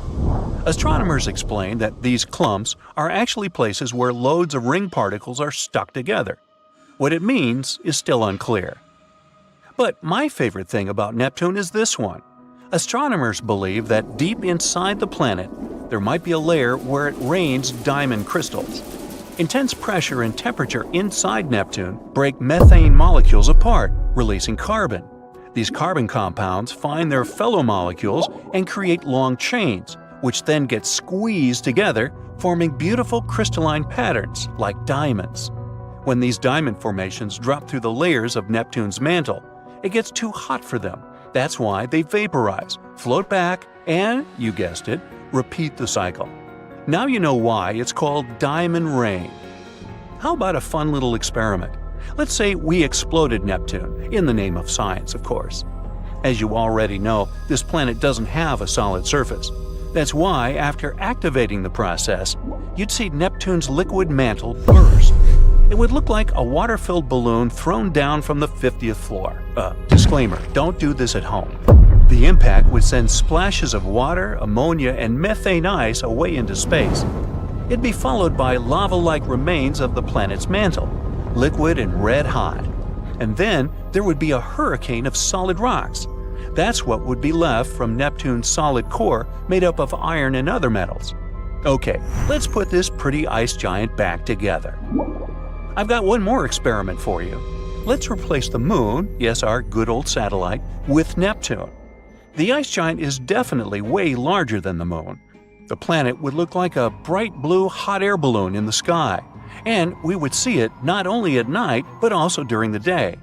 It would appear to be 15 times larger than the Sun.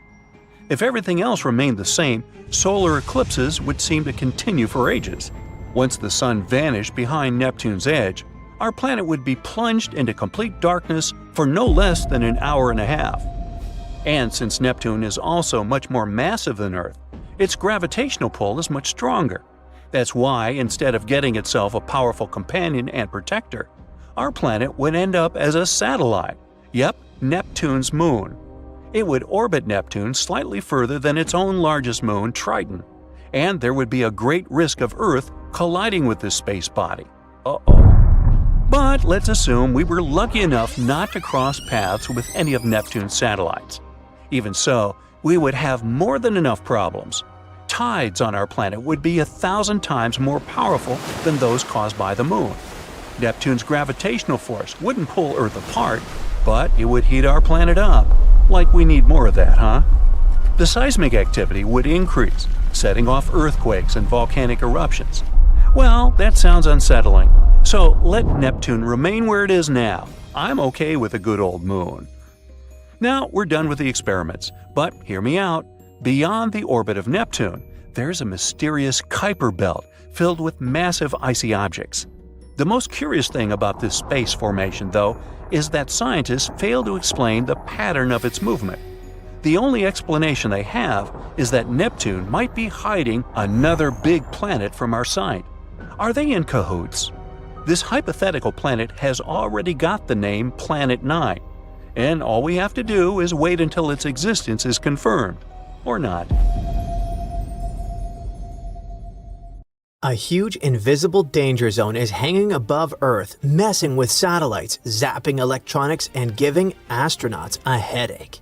Scientists call it the South Atlantic anomaly, and it's kind of like the Bermuda Triangle of space, because weird stuff happens there and nobody fully understands why. Want to know more about this thing?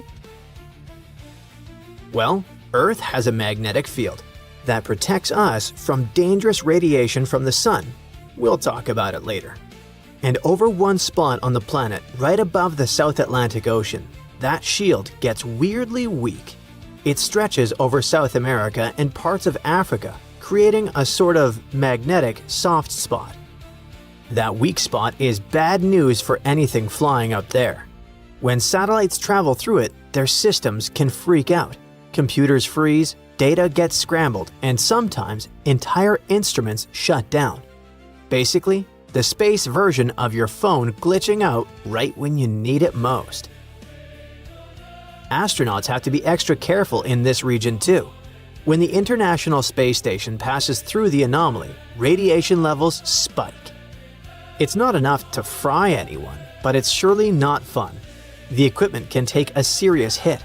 No one knows exactly what's going on yet, but scientists think the SAA might be a clue that Earth's magnetic field is shifting. If that's true, it could mean big changes for the future, for us all. You see, the South Atlantic anomaly is connected to Earth's molten insides.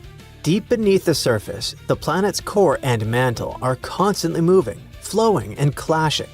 The outer core is a swirling ocean of liquid metal, and the mantle above is hot, solid rock. Under Africa, there's nothing to cool things down. The mantle is hotter than usual, which creates certain instability in the magnetic field above. As for South America, there, the Nazca Plate is dragging rock and debris down toward the core. This cools things off and keeps the field more stable. Such a wild temperature difference seems to be fueling the anomaly.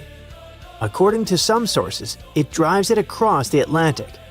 The anomaly is slowly drifting westward. The thing is, Earth's magnetic field protects us from dangerous radiation from space, powerful solar winds, and wild swings in temperature, and keeps our atmosphere in check. But over millions of years, the magnetic poles have flipped.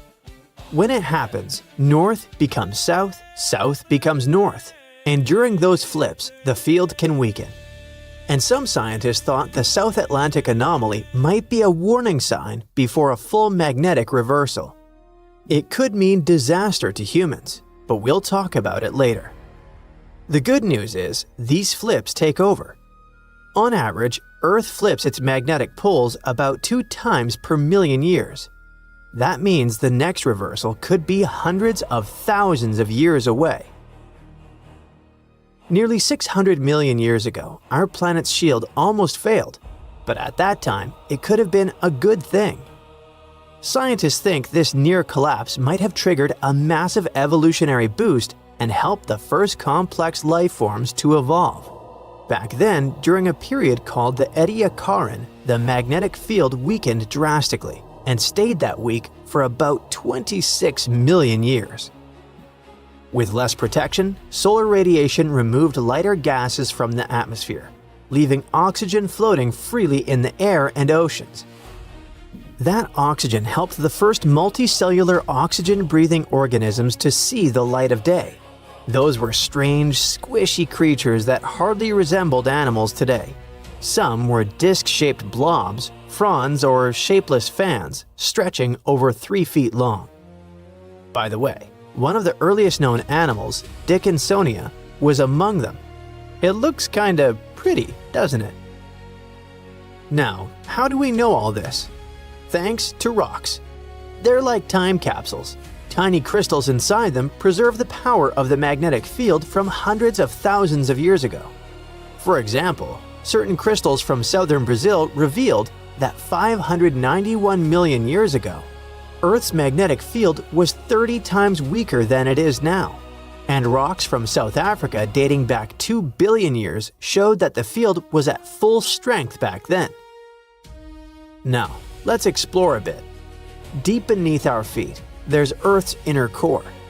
We're used to thinking about it as a perfect solid ball, but new research suggests it might be changing shape. Over the past 20 years, parts of the inner core may have bulged or dipped by more than 300 feet. That's like a skyscraper popping up or sinking deep underground inside the planet. This core spins independently from the outer liquid core, which creates the magnetic field that shields us from dangerous solar radiation. The magnetosphere is non-negotiable. Without it, Earth would lose its atmosphere over time. Water would vanish, and life as we know it wouldn't survive. It basically keeps the planet alive. Without it, Earth could turn into a barren Mars, which lost its magnetic field billions of years ago, and along with it, almost all its atmosphere. So why is our planet's inner core deforming?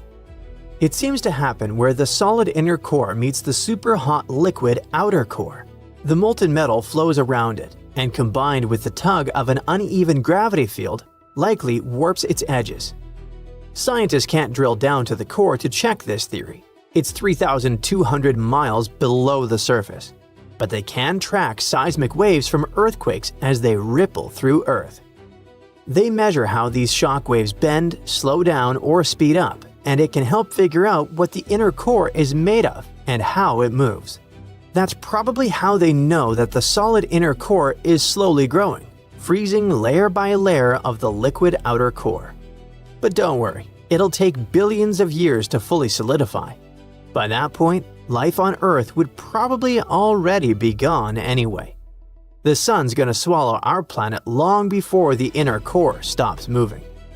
But let's get back to the topic that, I bet, worries you most. What if Earth's magnetic field just vanished one day? Well, the planet would be hit by a storm of charged particles from the sun. Satellites would start glitching and power grids would go down.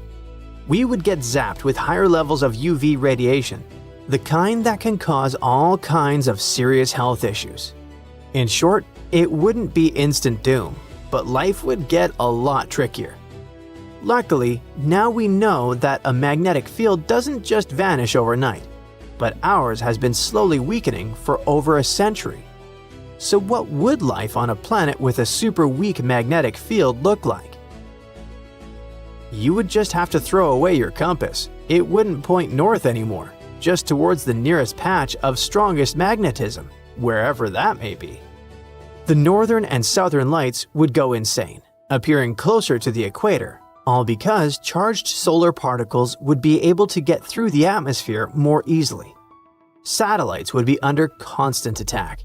Solar particles would fry their electronics, mess with memory, and cause what scientists call single-event upsets. High-frequency radio signals would also get scrambled, thanks to free electrons in the ionosphere. Over time, the solar wind could even start wearing down the ozone layer, leaving us all more exposed to UV radiation. Now, let's decrease the level of drama. A magnetic field isn't the only thing keeping a planet alive. Mars did lose its magnetic shield about 4 billion years ago, and most of its atmosphere got blown away. But Venus has no global magnetic field, but still has a thick atmosphere. If Earth lost its magnetic field completely, we wouldn't instantly vanish, but life would definitely change, and we would have to get used to these drastic changes. Hey space buffs, just how well do you know our solar system? Guess the planet. It's more than twice as massive as all the other planets combined. It's covered with striking swirls and stripes, which are actually windy clouds of cold ammonia and water, floating in an atmosphere of hydrogen and helium. Still no clue? Then look at this. It's the infamous Great Red Spot, a giant storm larger than our home planet that has been raging for hundreds of years. Right you are. This cloudy world is Jupiter, and the main question is this planet our enemy or friend? NASA's Juno orbiter is exploring this gas giant at the moment, sending us tons of useful data. Jupiter is so big that 11 Earths could fit across its equator. If our planet was the size of a grape, Jupiter would be a basketball. The gas giant is the fifth planet from the Sun, orbiting around 484 million miles away. And even though for us Earthlings, our blue-green world seems to be the most important among all the other planets, we live in Jupiter's solar system. After all, it accounts for 75% of the mass of all the planets in our star system. And it's also 318 times more massive than Earth. And whatever Jupiter wants, Jupiter gets. Jupiter wants to throw stuff across the solar system? No problem. After all, this gas giant doesn't have its immense gravity for nothing. It yanks material from the asteroid belt, stopping poor space rocks from forming anything larger than Ceres, the only dwarf planet located in the inner solar system. Jupiter is hungry, it gobbles up comets, asteroids, and whatnot. Jupiter's bored. It hurdles everything it manages to capture on wayward trajectories. This gas giant must have caused a lot of destruction over the course of its life, which is around 4.5 billion years. But here's the thing. Some scientists think that we might owe our very existence and the existence of our planet to Jupiter's protective gravity. It may sound confusing, but by greedily swallowing up dangerous space objects, this planet vacuums the solar system. Other astronomers don't agree with this theory. They claim Jupiter is a hooligan, bothering peaceful and safe comets and sending them to unexpected places. You see, some of the most dangerous objects in our solar system are long-period comets. Those are huge chunks of ice and rock coming from the depths of the Oort cloud, which lies far beyond Pluto. Some of them get pushed into the inner solar system, where they dash past the Sun. There's a chance that the most devastating extinction on Earth was caused by a long-period comet. As such comets make their way through the solar system, they likely interact with Jupiter's gravity. The gas giant pushes them this way and that, consuming some of them like delicious ice rock burgers. But does Jupiter push such comets out of their dangerous orbit so that they don't smash into Earth? Or does this gas giant actually divert the trajectories of the comets that would otherwise miss Earth? No one knows. Astronomers sometimes call Jupiter a failed star. The gas giant indeed contains a lot of helium and hydrogen, the material stars are mostly made of. But the planet's mass isn't enough to start a fusion reaction in its core, and that's exactly how stars produce energy. They fuse the atoms of hydrogen together under extreme pressure and heat and create helium. In the process, they also release light and heat. Jupiter could start a nuclear reaction and become a star only if it was 75 times its current mass. Paradoxically, if Jupiter even got more massive, it would also get smaller. This additional mass would make the planet denser, and it would cause the gas giant to start pulling it in on itself. Astronomers are almost sure that even if Jupiter was 4 times its current mass, it would still remain the same size. Jupiter has between 80 and 95 moons. but one of the most popular ones these days is Europa. Imagine a still, frozen world. It's ancient, about 4.5 billion years old. It's barely heated by the rays of the sun and covered with a thick layer of ice. This world is smaller than our moon, but a bit larger than Pluto. That's what Europa, the sixth satellite of Jupiter and one of the biggest moons in the solar system, looks like. And the coolest thing about this faraway place, it might host life. Astronomers consider Europa to be one of the most promising places in the solar system to search for new forms of life. All because this moon has a huge saltwater ocean with a depth of 40 to 100 miles.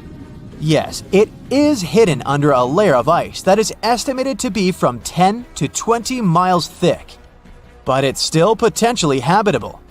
Astronomers claim that plumes of water erupt from cracks in the ice shell and release the contents of the moon's ocean into space.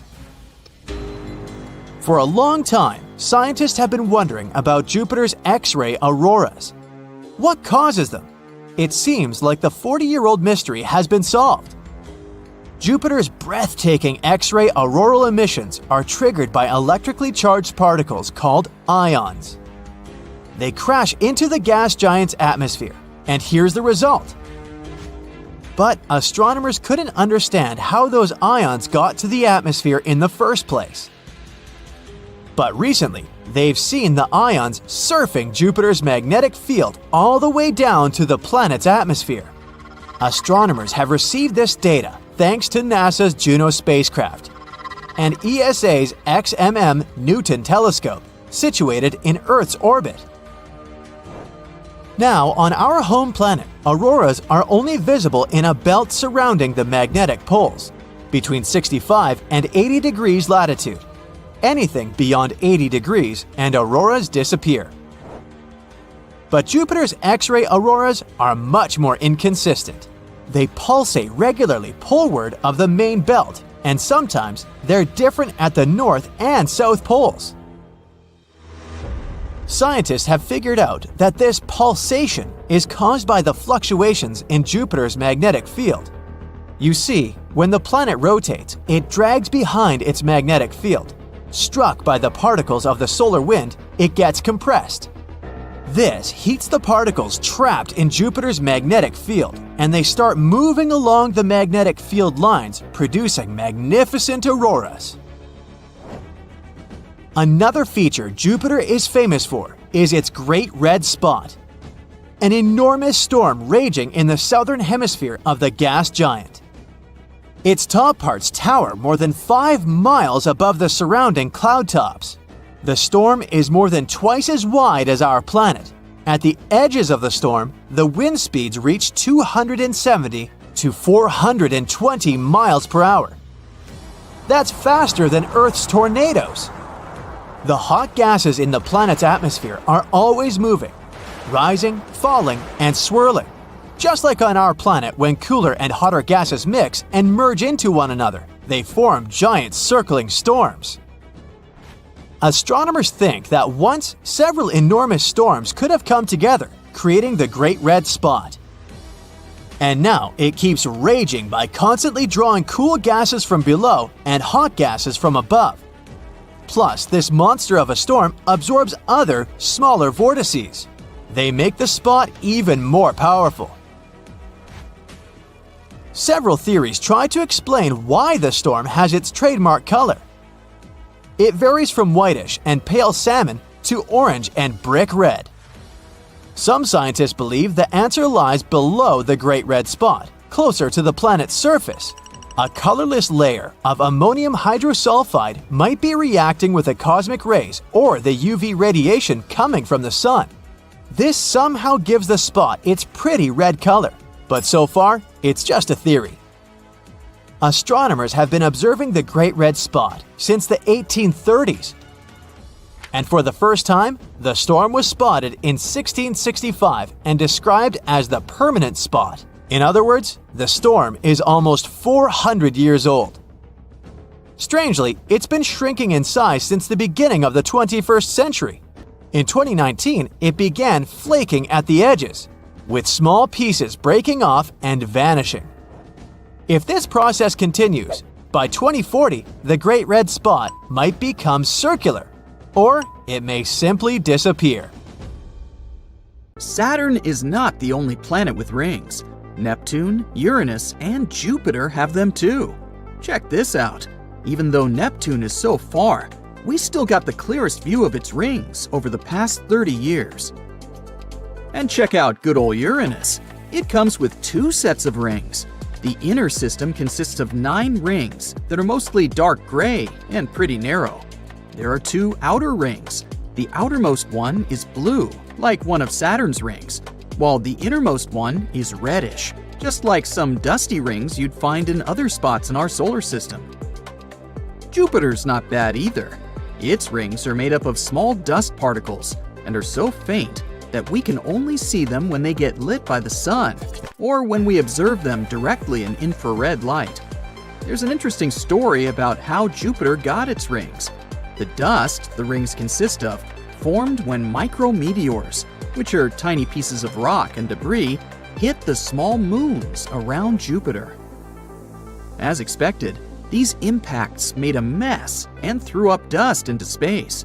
Jupiter obviously saw its chance to get itself some nice rings, so it captured dust into its orbit.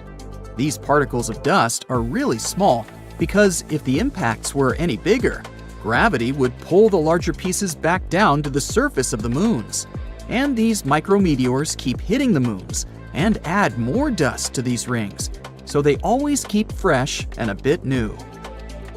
Okay, cool story, but none of these planets have spectacular rings like Saturn. They're made up of small particles of ice, rock, and dust. And these pieces probably came from asteroids, comets, or moons that broke apart before they even got to Saturn because of its strong gravity. What makes Saturn's rings so special is that they're made of many tiny particles that reflect a lot of light.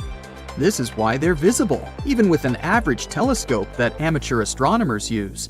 When we look through the telescope, we can see the rings clearly because they're big and bright. And these chunks in the rings range in size from tiny dust grains to those as large as a house. And if we could look at those rings, we'd see some of the particles as big as entire mountains. Wow, imagine if you could sit at the top of it and enjoy the roller coaster ride around Saturn. If you could look at the rings from the cloud tops of Saturn, they would mostly appear white. Plus, each of its rings moves at its own speed. Wow, stunning, right? But the news up there is not so good. It seems that these fascinating rings are disappearing. In fact, ever since the 1980s, astronomers have known these rings are getting smaller as time goes by. It appears that the particles from the rings are actually raining down onto Saturn's atmosphere. Not just raining. Every day, an amount of water you'd find in an Olympic-sized swimming pool falls onto Saturn. But scientists are still not quite sure how quickly these rings are disappearing and when they will be completely gone. And to see this, we have NASA's James Webb Space Telescope, JWST, and the Keck Observatory in Hawaii that will study Saturn over a long period of time. They will track what exactly happens with this ring rain and how it changes during one full season on Saturn. That's about 7 Earth years. And a lot of ring material is falling onto Saturn all the time. Somewhere between 880 and 6,000 pounds of icy rain flows onto the gas giant every second. And by this, it's heating up its upper atmosphere. If this keeps happening at the same rate, Saturn's rings might disappear in about 300 million years. Hope humankind will get at least one roller coaster ride before they're gone, though. But while this may seem long to us, in terms of space, it's relatively quick. But this rate could slow down through time, so the rings might be there for more than 1 billion years. Or, if they start disappearing faster, about 100 million years. It's not like this process happens by itself. Space rocks and the radiation coming from our sun affect all those particles in the rings. They give the particles an electrical charge. This charge causes them to stick to Saturn's magnetic field lines. Saturn's mighty gravity then pulls these icy particles in, and they flow into its upper atmosphere. Saturn goes around the Sun once every 29.5 years. As it's making its circle, it moves closer to and farther away from the Sun, and its rings do the same. This tilt affects how much the Sun's radiation affects the deepest layers of the planet's rings, which is where most of the icy rain comes from. Scientists think that when the rings are tilted to face the Sun, there will be more material falling onto Saturn. But when the rings are edge-on with the Sun, the material falling onto Saturn slows down. Scientists are not only trying to predict the fate of Saturn's rings, but they also still debate when and how they even formed. Some theories say the rings have been around ever since our solar system formed billions of years ago. But the Cassini spacecraft explored Saturn and brought some data that encouraged the idea that the rings are way younger than that, maybe 10 million to 100 million years old. Another interesting idea says the heavy rain from the rings might make them look younger than they actually are. Whoa, did those rings find their own fountain of youth? But I'm afraid not even that can make the rings last forever. Sooner or later, Saturn will have to face an identity crisis when it loses its beautiful rings. At some point, it seemed this year wasn't so good for Saturn, because another one of the planets was quickly heading to take the title of the one with the largest number of satellites. In February of 2023, scientists discovered 12 new Jupiter moons, and Jupiter overtook Saturn to become the leader in the number of moons. These moons accidentally popped out while they were looking for Planet 9. You know, that one hypothetical planet that could be lurking somewhere in the outer region of our solar system. And these newly found moons are kinda dim and small, but they couldn't hide from our powerful telescope and the advanced techniques scientists use to spot them. What's interesting is that 9 of the new moons orbit Jupiter in the opposite direction of its rotation, while the other 3 orbit in the same direction. What happened to those fellas? Do they even know they got into the wrong lane? Some say they could be the remains of bigger bodies that broke apart after hitting some other objects. So typical for space. Now, there's a moon called Valetudo that was discovered a few years ago.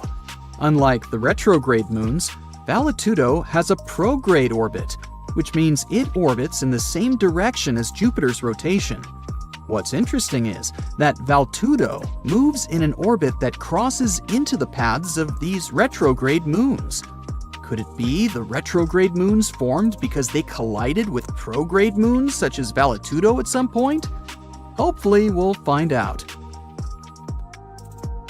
It was a great success for Jupiter, but 3 months later, things changed when they also found 62 satellites circling around Saturn, which means Saturn became the leader again, with 145 moons in total, compared to only 95 of Jupiter's moons.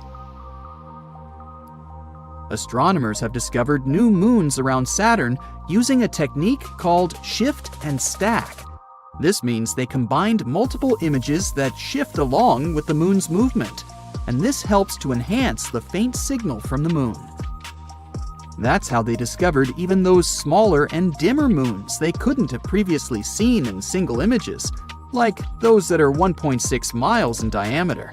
They needed to confirm these objects were moons and not some asteroids passing by, so they tracked them for a couple of years to see their orbits around Saturn. So, Saturn may be losing its rings, but there are more moons over there than expected. And who knows how many more interesting things we'll find around it. Just when you think space couldn't get any more weirder? Hey, check my grammar. The universe throws a curveball in the form of a giant glowing bubble that's too perfect to be real. Astronomers have spotted something strange drifting through our galaxy. And it's not a rogue planet, which is a space body the size of a planet that doesn't orbit any star. It's not a star itself either.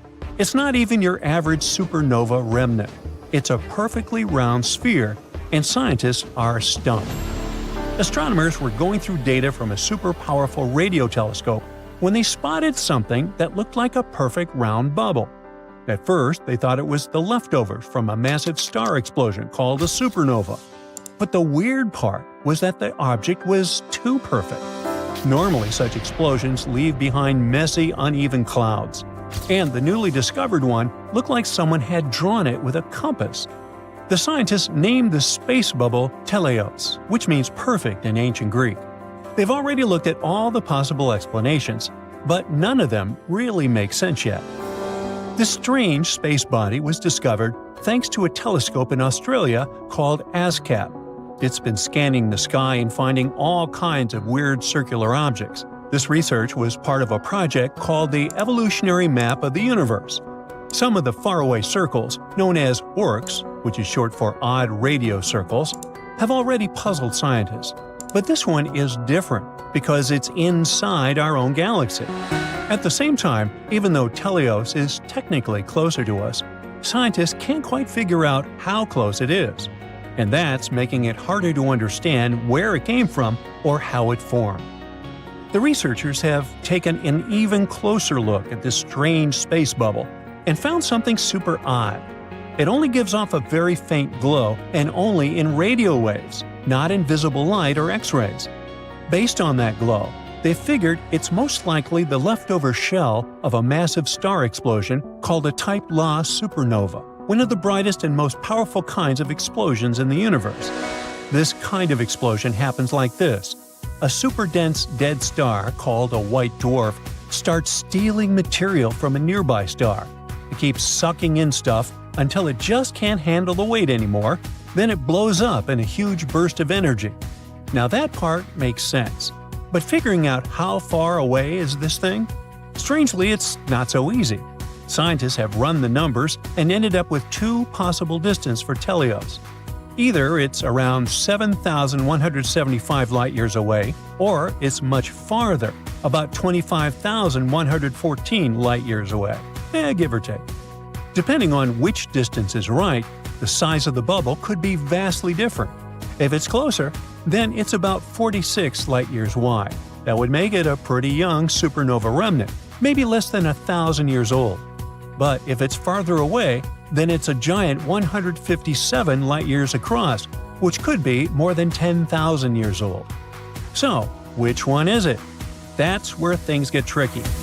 Scientists have models that tell us how these supernova leftovers should behave. And one of the most important things they expect to see is X-rays. But you might remember that Teleos doesn't show any, not a single X-ray in sight. That's the big mystery. How can something that should be glowing with X-rays be totally silent? It just doesn't add up and leaves the scientists very puzzled. Another idea the scientists are considering is that Teleos might not be a regular supernova remnant at all. Instead, it might be the leftovers from a rarer kind of explosion called a Type Lax supernova. And this one? It's extra weird. In a normal Type La supernova, the white dwarf star blows itself to bits. But in a Type Lax supernova, it doesn't get totally destroyed. It kind of survives, turning into a zombie star. Ooh. It's damaged, but it's still around. This would actually explain a lot about how Teleos looks and glows. But in this case, it would have to be much closer to us, only about 3,262 light-years away. That would also make it a lot smaller, about 11 light-years wide. The coolest thing here is that there's actually a star at that distance that could be the zombie star that caused all this. But, and it's a big but, like I have, when scientists use other ways to try and measure how far away Teleos is, none of them agree that it could be this close. So, sadly, this theory hits a bit of a wall. Then there's another strange thing. Teleos' nearly perfect spherical shape. That's not normal. Usually supernova explosions are kind of messy and uneven. The blast might push into clouds of space dust or gas, or parts of the explosion might move faster than others. Eventually, the shell that forms gets all lumpy or starts to break apart. But in this case, the object is almost perfectly round, like a balloon, and that's super rare. The only way something could stay this neat and round is if it exploded in a very empty part of space and expanded smoothly in all directions. That's actually not impossible, just really, really rare. Now, considering its unique, probably unnatural shape, could Teleos be an artificial object? Could it be a Dyson sphere? That's a hypothetical megastructure that could completely surround a star and harvest all of its energy. At first, this idea was supposed to explain how we might detect intelligent extraterrestrial life by spotting the energy they use rather than waiting for them to send us a message. You see, here on Earth, we only receive a tiny bit of the Sun's energy. Meanwhile, a whopping 386 billion megawatts are shooting out into space in all directions. Not to waste such a giant amount of energy, a civilization could build a Dyson sphere, or more realistically, a Dyson swarm, loads of solar panels orbiting the star. It would help them capture every bit of that power to run their planet, technology, AI systems, and maybe even space travel across galaxies. To understand just how advanced a Dyson sphere-building species would have to be, scientists use the Kardashev scale. It ranks civilizations by how much energy they can use. Type 1 can use all the energy available on their home planet. Spoiler, we're not even there yet.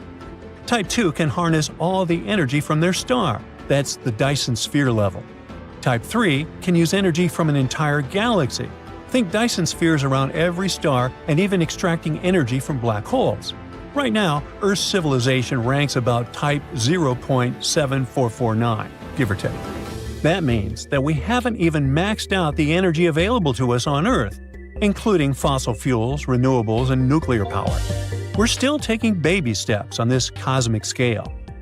Anyway, the problem with the theory that our perfectly shaped object could be a Dyson sphere is that this example of super advanced technology would give off heat.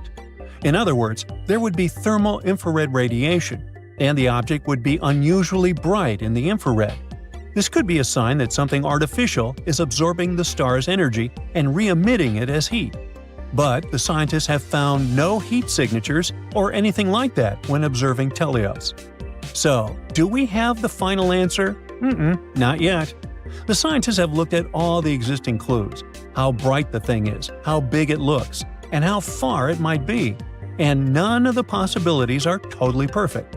Each idea has a problem, especially the fact that we're not observing any X-rays, which should be there according to the usual rules. They still think that regular Type LA supernova idea is the best bet for now, but they're not 100% sure. There's just not enough proof to say for certain. So, the mystery continues. The team says we'll need more powerful and detailed observations to really figure out what happened here. But in any case, if something like Teleos can exist, what else is out there, waiting to challenge everything we know about the universe? Scientists keep finding new planets they call super-Earths. It's a class of more massive planets than Earth, but way lighter than ice giants, such as Uranus and Neptune. Super-Earths can be made of rock, gas, or a combination of these two. They are often twice or even up to 10 times bigger than the Earth. They're interesting to study, but kinda too far away from us. They're pretty common outside of our solar system, together with other interesting planets like mini Neptunes. Those can also be gas dwarfs, ice giants, or huge rocky bodies. But again, we don't have anything like that. But something we do have that those other solar systems don't? Jupiter. It's the biggest and heaviest object that orbits our sun. This king of planets possesses a powerful force to dominate our solar system. Jupiter is notorious for eating planets. A protoplanet slammed into it about 4.5 billion years ago, when Jupiter was still a young planet in its early stages. This protoplanet was 10 times heavier than Earth and was made of ice and rock. The collision was huge. Jupiter's core broke apart, and helium and hydrogen mixed with denser materials. Through time, the heavy material settled back into the dense core, which is what we see today. And if it swallowed a planet before, it might keep doing it as well. we suspect our solar system used to have many more large planets than it has now. For example, it's kinda empty around Mercury today. Similar areas around many other central stars are definitely more packed with intermediate mass planets, with the size between Earth and Neptune. Our solar system was a chaotic place at its beginnings. Young stars were surrounded by swirling disks of dust and gas, and planets would form out of that debris, something like trees when they're springing up from the ground. Small rocky planets would form in the strong heat and light close to stars, while gas giants would form farther out, where temperatures were lower, which means they could preserve more gassy materials. And even though planets in our solar system seem pretty stable and peaceful today, following their orbit, they weren't that calm before. Some planets didn't have a circular orbit. They had oblong, more eccentric paths. It took them swinging first toward their stars and then farther away. It was like they had been thrown off kilter by the gravity of other planets on their way. There's something called the grand tack theory. It explains things happening in the first few million years when our solar system was forming. At some point, Jupiter, one of the key players here, may have been pulled in closer by our central star. After that, it went back and took a huge cloud of debris. It was like a sailboat when it tacks around a buoy. This kind of messed with planets that were in the process of formation. After Saturn was fully formed, our close neighbors in the solar system cleared out a little. But if the idea about grand tack is correct, Jupiter had grabbed everything in its way, and its migrations had caused more collisions in this area. Jupiter might have delivered some of the water that now fills the oceans we have on our planet. It shepherds plenty of asteroids. From time to time, it sends some whizzing into interstellar space, or amongst the planets in our solar system. It may have even taken part in the dinosaur extinction 66 million years ago.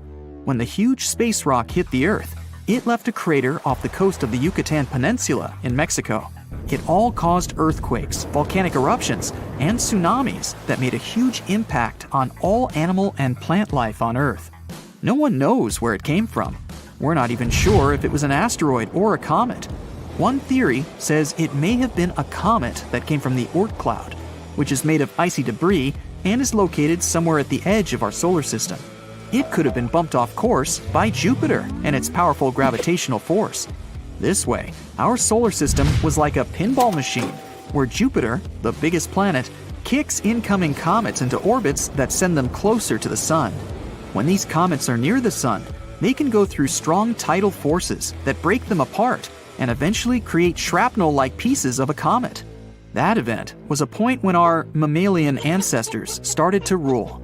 That means without Jupiter, there might not be us either, nor the Earth. It seemed like our biggest planet came swinging in, destroyed older planets, and cleared the way for smaller worlds like ours. Jupiter may have been the reason why we can't find Planet 9 right now.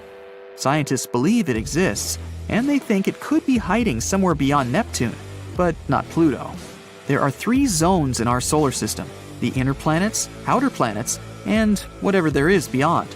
The mysterious planet could be the size of the Earth or Mars. It swirled among the gas giants before they eventually swept it toward the outer parts of our solar system, or even somewhere into deep space. Jupiter has stripes because of differences in temperature, atmospheric gas, and chemical composition. Scientists used to think the only reason for these different colors was the mighty atmospheric wind and material circulating between layers of the atmosphere. Now we know the light-colored stripes, or so-called zones, show us where the gas rises. When the stripes are dark-colored, they're called belts and can tell us where gas is sinking. Jupiter's moons could also be why the planet is stripy, because they're tugging on its atmospheric convection cells. At the center of Jupiter, there's a dense liquid core made of helium and metallic hydrogen, together with dissolved heavier elements. As we go further from its center, the temperature and pressure inside the planet drop off. That way, the liquid interior gives way to gases from the atmosphere. Again, mostly helium and hydrogen. No one knows how deep this liquid-gas boundary lies, but the planet is probably fully liquid a couple of thousand miles under its cloud tops. Jupiter would still be bigger than some other giants, like Saturn, if we could strip its gases. Jupiter is sometimes even called a failed star, although that's not quite correct. It's mostly made of hydrogen, like regular stars, but it's still not massive enough to start thermonuclear reactions in its core, which would eventually turn it into a real star. In theory, every object could be turned into a star if you only add enough matter to it. If there's enough mass, the temperature and internal pressure will increase and start thermonuclear reactions. So, to turn Jupiter into a star, such as the Sun, you'd have to make it 1,000 times more massive. But to form a cooler red dwarf, you'd only need 80 Jupiter masses more. That way, Jupiter won't spontaneously become a new star of our solar system. But if many space objects with similar mass collide with it, or in other words, if Jupiter eats them, then maybe. You never know. But in theory, if it could become a massive star, it would have stopped other planets from forming in stable orbits. It would have also increased the radiation that the surface of those planets get, which is why it would be really hard for life to develop in our solar system. Jupiter is the planet that spins the fastest in our solar system. It only needs 10 hours to make a full rotation on its axis, even though it's huge, more than 300 times bigger than the Earth, and 2.5 times more massive than the rest of the planets in our entire solar system together. But if it got more massive, it would shrink. More mass would make Jupiter denser, which means it would begin pulling in on itself.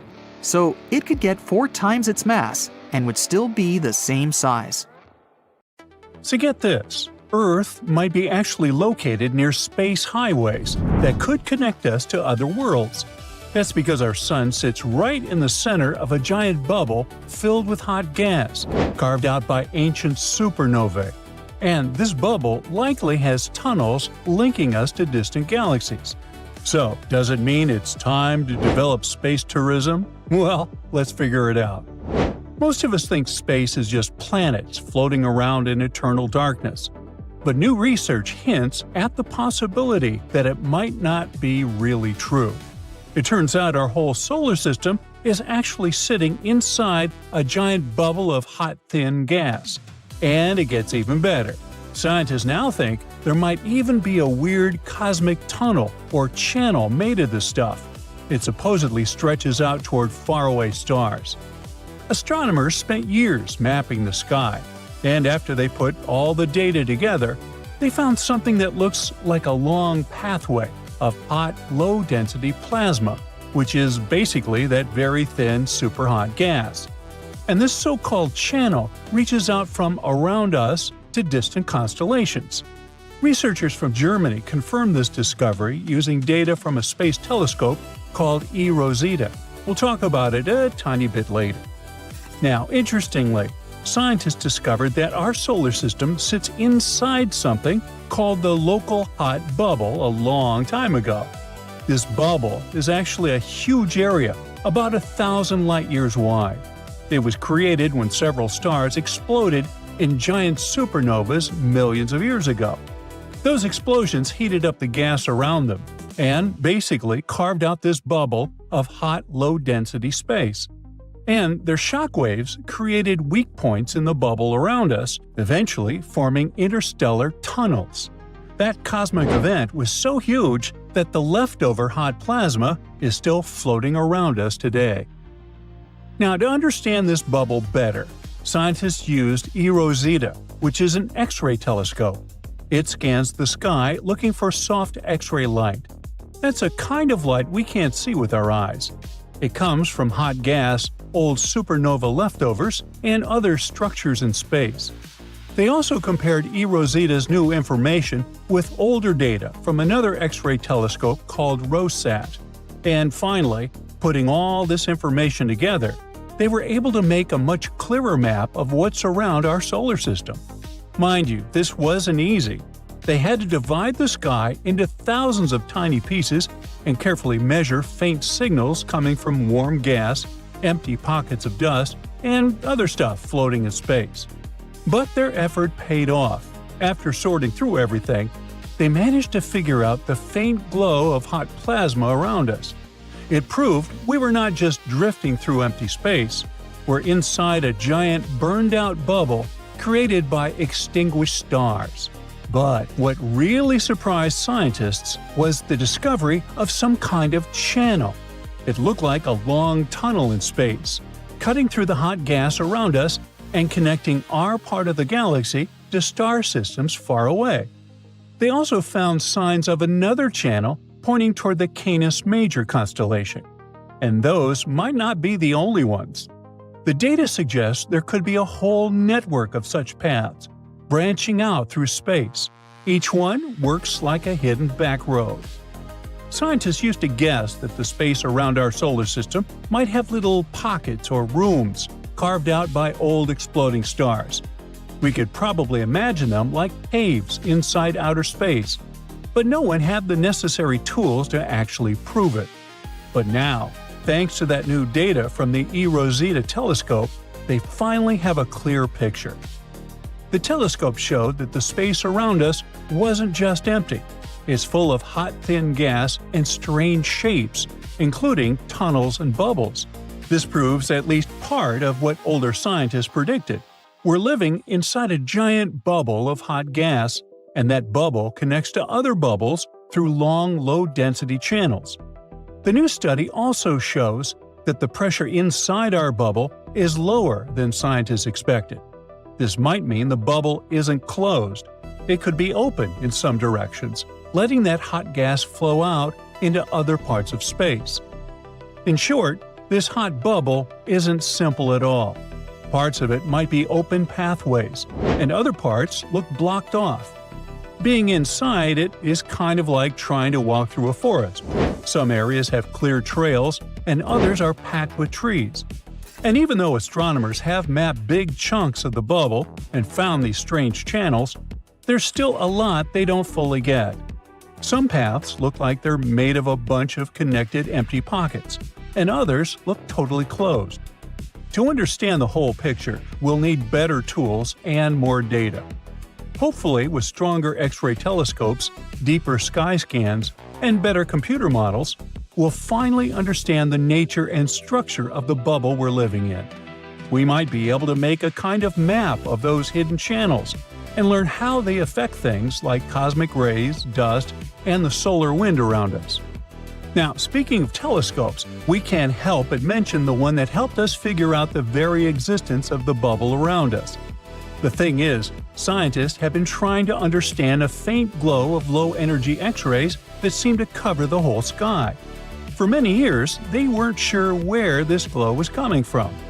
And then, the NASA-supported DXL mission finally helped to solve the mystery. Researchers used old but reliable detectors that first flew on a rocket in the 1970s. With these instruments, they confirmed that most of this X-ray glow came from a huge area of extremely hot gas around us. It was named the local hot bubble.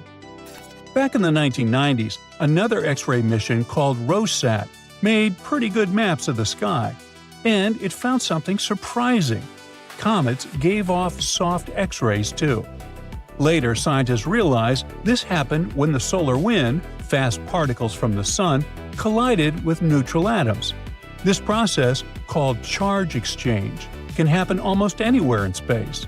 Because of this, some scientists started to doubt whether the local hot bubble was really the main source of the X-ray glow. So, to test this, DXL launched on December 12, 2012 from New Mexico. The rocket flew high above Earth's atmosphere for about 5 minutes, giving the instruments a clear view of space. The goal was to look at a worst-case situation where lots of charge exchange might occur. Right now, our solar system is moving through a cloud of cold gas in space, known as the local interstellar cloud. That's also nicknamed the local fluff. Cute, right? Neutral hydrogen and helium atoms from this cloud move through our solar system at very high speeds. Hydrogen gets affected easily by different forces, but helium mostly follows the pull of the sun's gravity. Because of this, the helium forms a focusing cone, a region with extra helium that Earth passes through every December. This cone is the perfect place to look for charge exchange, since it holds more neutral atoms than usual. But what happens during charge exchange? The solar wind comes from the sun's corona, the star's superhot outer layer. The particles in the solar wind have lost many of their electrons. When one of these particles hits a neutral atom, it can steal one of the atom's electrons. The stolen electron briefly gives off a soft X-ray. This is how the glow is created. Now, to compare things, the researchers also looked at old ROSAT data from 1990, taken in a direction away from the helium cone, where charge exchange should be weak. By putting everything together, the scientists found that only about 40% of the soft X-rays come from inside our solar system. The rest, the majority, comes from the local hot bubble. This means the huge cloud of hot gas around us really is the main source of the X-ray glow. But let's get back to the discovery of the Space Intergalactic Tunnel. It's a valuable lesson for us that space might look calm and empty when we look up, but that's not true. Space around us actually contains dust, plasma, radiation, magnetic fields, and mysterious tunnels.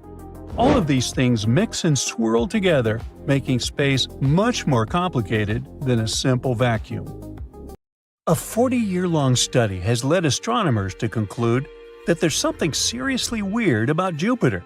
The largest planet in the solar system doesn't seem to have seasons.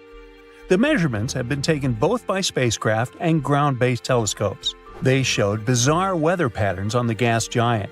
For example, cold and hot periods throughout the year, which equal 12 Earth years. And at the same time, Jupiter doesn't go through seasonal changes like our planet. On Earth, weather changes between winter, spring, summer, and fall because of the tilt of our planet's axis toward the plane in which it orbits the Sun. This tilt, which is 23 degrees, allows different parts of the globe to receive different amounts of sunlight throughout the year. But Jupiter's axis is tilted toward its orbital plane by a mere 3 degrees. It means that the amount of sunlight that reaches different parts of the planet's surface throughout its long year hardly changes. But the new study has found that there are still certain temperature swings that take place all over the gas giant's cloud-covered globe. Astronomers claim they've solved one part of this puzzle. They've found some hints that such unseasonal seasons might have something to do with teleconnection. This phenomenon describes periodic atmospheric changes in seemingly unconnected parts of the globe, which can lie thousands of miles apart. Scientists have observed teleconnection in the atmosphere of our planet too. Regions of the planet's northern hemisphere, the same latitudes in the southern hemisphere cool off. Further research also revealed that when temperatures rise in the upper layer of Jupiter's atmosphere, called the stratosphere, it gets colder in the troposphere. This is the lowest atmospheric layer where weather events, such as Jupiter's powerful storms, occur. Researchers hope that by measuring all these temperature changes, they will eventually be able to make a more or less precise weather forecast for Jupiter.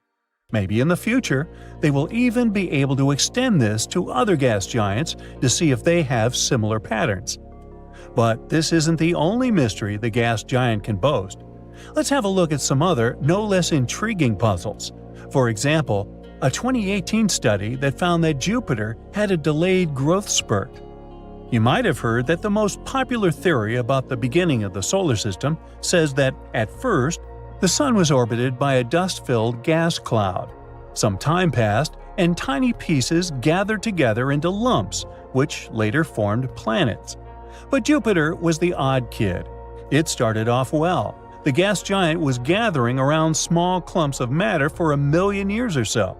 But once it grew to be as massive as 20 Earths, its development suddenly stopped. It could have happened after bizarre zones appeared in space. They emitted so much heat and energy that gas molecules struggled to merge with young Jupiter. This period continued for 2 million years. During this time, Jupiter only grew to 50 times the mass of Earth. But once this stage finished, the planet continued to gobble down gas like before, and soon it swelled to its current mass, about 300 Earths. Jupiter's most famous feature is the Great Red Spot, a giant storm raging in the atmosphere of the planet and capable of engulfing 2 Earths. But few people know about the Great Cold Spot. It was spotted only recently when astronomers were checking data received by an observatory in Chile. It's believed that Jupiter's auroras spawn this unusual patch, which is around 400 degrees Fahrenheit colder than the surrounding areas. These auroras are ancient. It makes the spot thousands of years old. And unlike the Great Red Spot, it's not stable. It keeps shape-shifting, and sometimes it almost disappears. But it always returns to the upper atmosphere. Usually it happens after a powerful auroral display. Now, storms are no stranger to Jupiter's atmosphere. But where there are storms, there is lightning, right? Yeah, but the bolts of lightning on Jupiter turned out to be very strange. They release radio waves, which is not strange, but for decades, every spacecraft visiting the gas giant managed to record something bizarre. You see, Jupiter's lightning only signaled in the low-frequency range, and no theory could explain why, since lightning on Earth emits radio waves from low to very high frequencies. Finally, in 2018, the Juno space probe solved this mystery. Apparently, the problem was not with the gas giant, but with our technologies. Unlike previous spaceships, Juno had extremely sensitive equipment, and it came very close to Jupiter, so it did record both megahertz and even gigahertz strikes. But even Juno confirmed that lightning on Jupiter was totally different from lightning on Earth. On our planet, lightning avoids the poles. It prefers to zap the equator. Meanwhile, the gas giant's equatorial zone sees no lightning. It lights up the planet's poles, and its peak frequency is 4 bolts per second. In 2017, when astronomers were searching for the theoretical Planet X, they noticed that some object outside the solar system was tugging at objects within. Thinking it could be what they had been looking for, they turned a powerful telescope in that direction. Coincidentally, that patch of sky contained Jupiter. And even though the researchers didn't find Planet X, they noticed 10 previously unknown moons orbiting the gas giant. This brought the number of the planet's satellite to a total of 79. But the coolest thing was that one of the newly discovered moons was very unusual. The thing is, Jupiter's moons move in packs, so 2 of the new satellites were spinning with a group that rotated in the same direction as the gas giant, and the rest was in a cluster spinning against the planet's rotation. As for our weird guy, it was inside the second group but spinning with Jupiter. Unfortunately, it means that the moon will most likely have a short lifespan. An anti-retrograde moon within a retrograde cluster won't be able to avoid a collision. Look at Jupiter's beautiful patterns. Look at these swirls and stripes. For a long time, no one knew the depths of these bands. But in 2018, scientists used a novel way to crack this riddle. This method involved the space probe Juno, which orbited the gas giant every 53 days. Each time it passed by, it measured how strong the pull of the planet's gravity was. It helped astronomers create a 3D image of the stripes. It goes like this. The greater the pull, the greater the mass of the region below. And after examining the gravitational map, researchers concluded that the stripes ran shockingly deep. Most of them plunged to a depth of 1,800 miles. But Jupiter is a gas world, and the winds raging in its atmosphere shift all that mass around, making calculations very difficult. Jupiter has the strongest magnetic field of all the planets in the solar system. It's 20,000 times more powerful than that of Earth. But the gas giant's magnetosphere is a bit wacky. It's unique and doesn't resemble the field of any other planet we know about. Before, experts thought that Jupiter's magnetic field was similar to Earth's, 2 poles connected with magnetic lines near the geographical north and south. But Juno showed that things on Jupiter are a bit messed up. The magnetic south pole is pretty well behaved, but the north pole is a different story. Intensely magnetic ribbons and chaotic pieces of field, some of them without even positive or negative counterparts. Plus, there seems to be another south pole. It might be that Jupiter's hydrogen ocean generates the magnetic field of the planet. And if scientists manage to solve the mystery of Jupiter's magnetosphere, they might also find out what's happening inside the gas giant. But first, they need to understand the bizarre behavior of the planet's poles. This signal had been traveling through space for 200 million years, and now, when it finally reached Earth, it brought a fascinating story with itself. It might even help us solve an 18-year-long mystery. We caught this one in 2022. It was such an intense burst of radio waves. Even though it lit up for a fraction of a second, it outshined entire galaxies. At first, this signal hasn't caught attention because we've seen similar things before. It was a fast radio burst, or FRB for short. These guys have been a mystery for years now, all because we have no idea where they come from. Now, FRBs are brief booms of energy coming to us from all over outer space. They're barely catchable, lasting up to 3 seconds. But they're also very hard to miss, because their power is absolutely unimaginable. One little burst can release as much energy as the sun does in an entire day.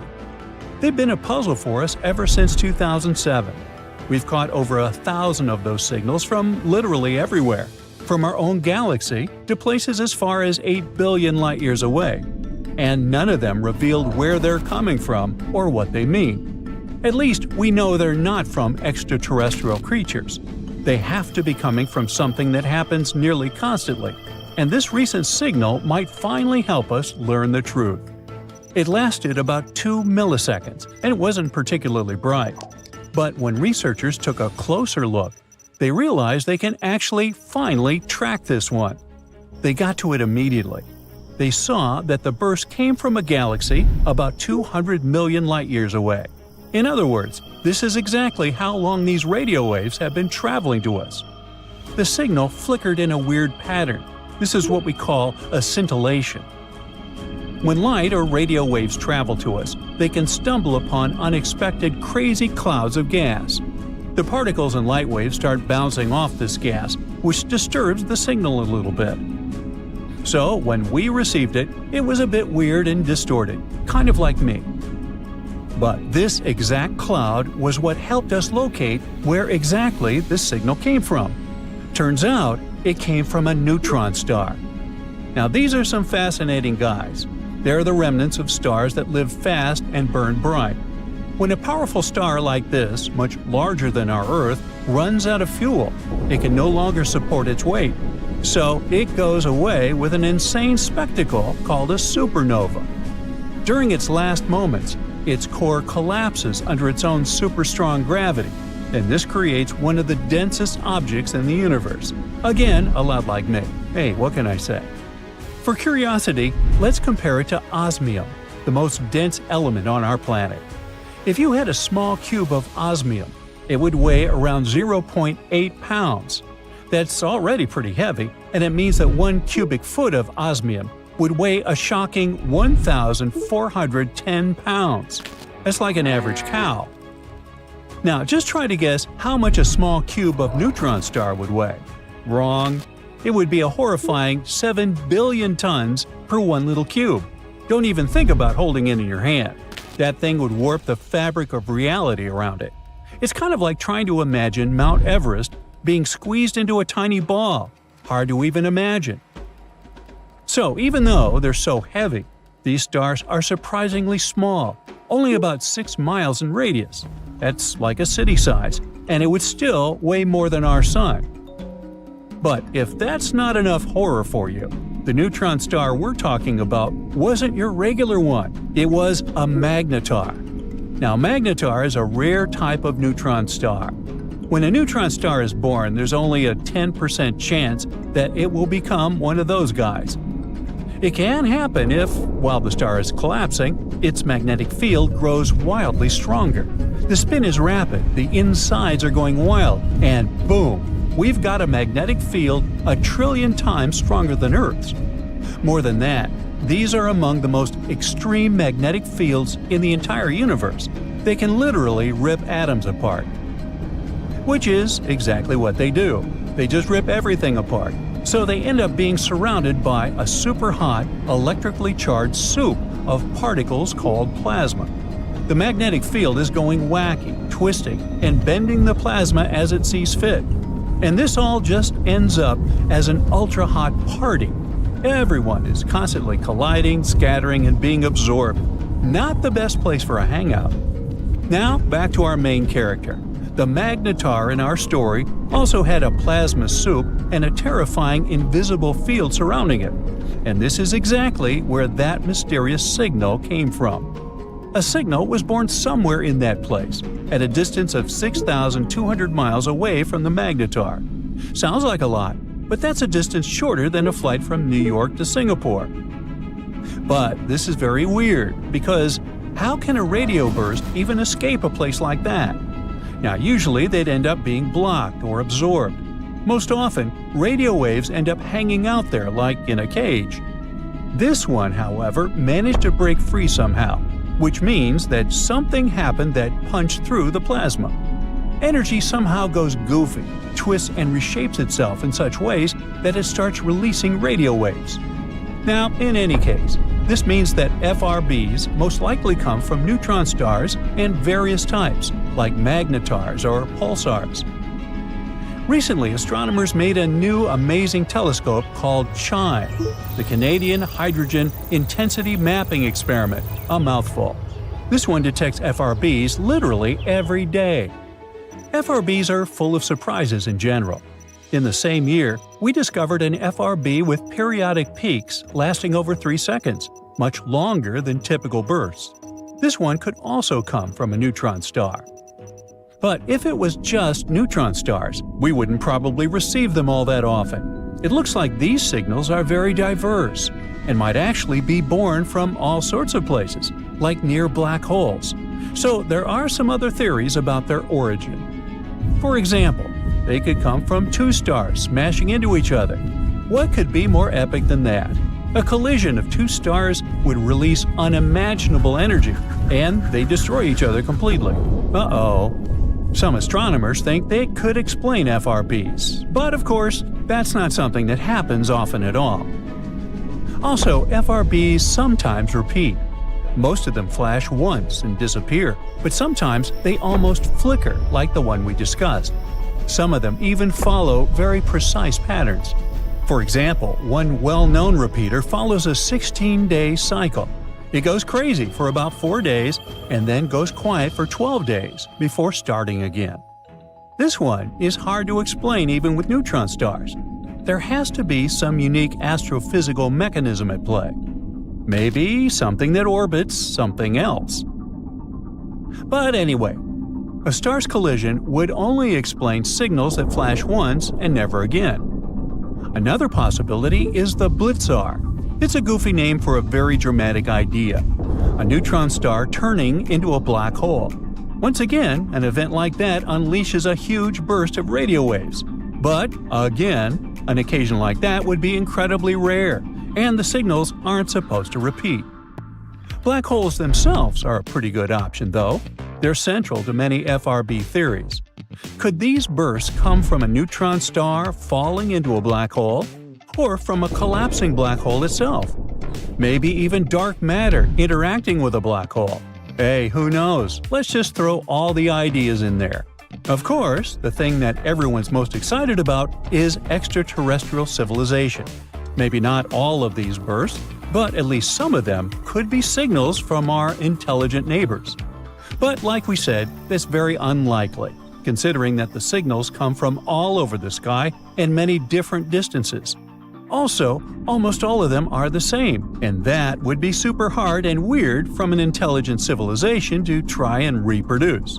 Though who knows what else we might discover in the future. Well, NASA has just dropped the craziest news ever. They've found the clearest evidence yet that life might have once existed on Mars. So, is that what you'd see if you travel there? Well, let's imagine, shall we? The world around you is red, darker than Earth. There's a dust storm on the horizon. Suddenly, you spot a bizarre creature that makes your blood run cold. It's way taller than you, with long, creepy-looking arms and legs. Its skin is orange, and its eyes are huge. They look like some kind of shiny lenses. Come to think of it, it all makes sense. Gravity on Mars is 38% weaker than on our planet. That's why this creature has grown to be so tall. You know, when astronauts go to space, they tend to grow up to 2 inches, all because the reduced gravity makes the fluid between their vertebrae expand. As for the creature's unusually colored skin, this is protection against solar radiation. Mars doesn't have a global magnetic field. There's nothing to protect the planet from radiation. And the locals' bodies probably had to switch their pigmentation from melanin to carotenoids, the same pigments that give oranges, carrots, and tomatoes their bright color. As for those big, beautiful eyes, they help the creature perceive the light of our now-distant sun much better than regular human eyes. Now, if this is the story you wanted to hear, I'm sorry to disappoint you, because the life forms we've discovered on Mars are very different, and still, for scientists, they are no less exciting. Last year, the Perseverance rover, the most expensive off-roading robot ever, found a dried-up riverbed covered in weird, rusty circles they're calling leopard spots. According to a scientist from NASA, these spots might be leftovers from ancient life forms that lived there billions of years ago. And now, experts think they might know what those tiny Martian critters could have looked like. Once again, we're not speaking about creatures with eyes or tentacles here. Mars is a wild place that gets roasted during the day, then drops to minus 225 degrees Fahrenheit at night. There's low gravity and nasty radiation there, so anything living out there would have been microscopic, bacteria-level small. If, and it's a big if, something more complex ever evolved on the red planet, it would have needed insane superpowers to survive those conditions. Anyway, while cruising around an area called Bright Angel, Perseverance spotted those leopard spots. Scientists call them reaction fronts, basically places where chemical stuff went down long ago. The rover found 2 minerals in these spots, vivianite and greigite. On Earth, vivianite shows up when organic stuff rots, and greigite is made by microbes, tiny living things. One of the scientists on the team said those minerals look exactly like the kind we find when microbes are involved here on Earth. In his words, this could be the most convincing evidence of life on Mars so far. Of course, there was still a chance these patterns had been made by non-living processes.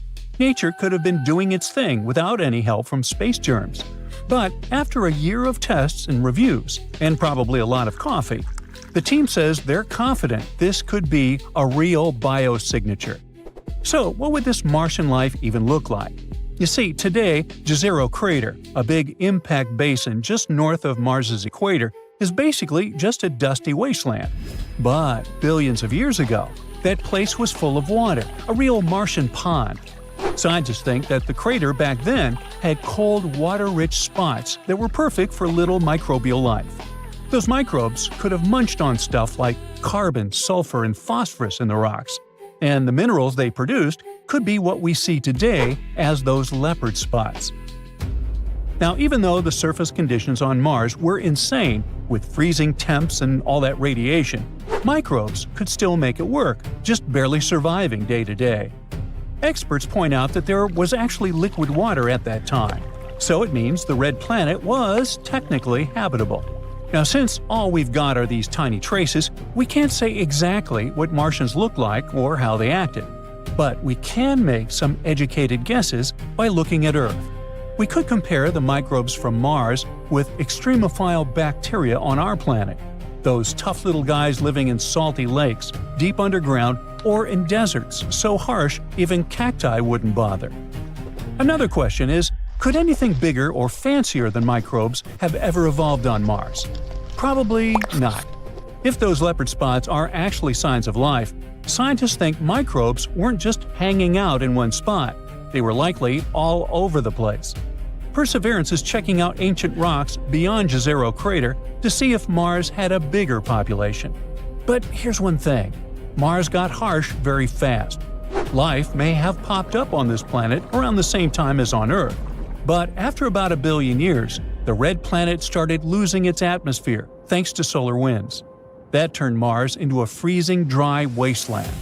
The extreme cold, radiation from the sun, and lack of water would have made it super tough for anything bigger than microbes to survive there.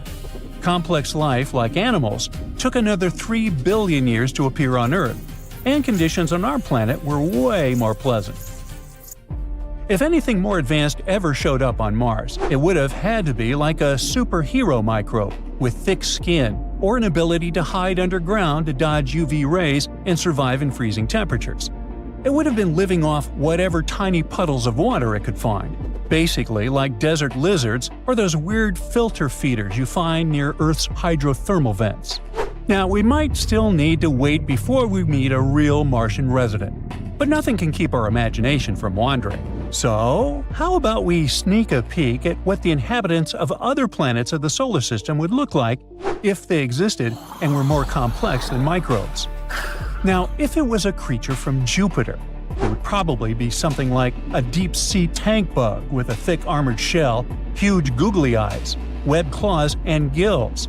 All those features would help it survive Jupiter's crazy high pressure, radiation, and endless liquid layers. Because on this planet, at first, everything is just clouds. But go deeper, and gas turns into a liquid ocean of metallic hydrogen.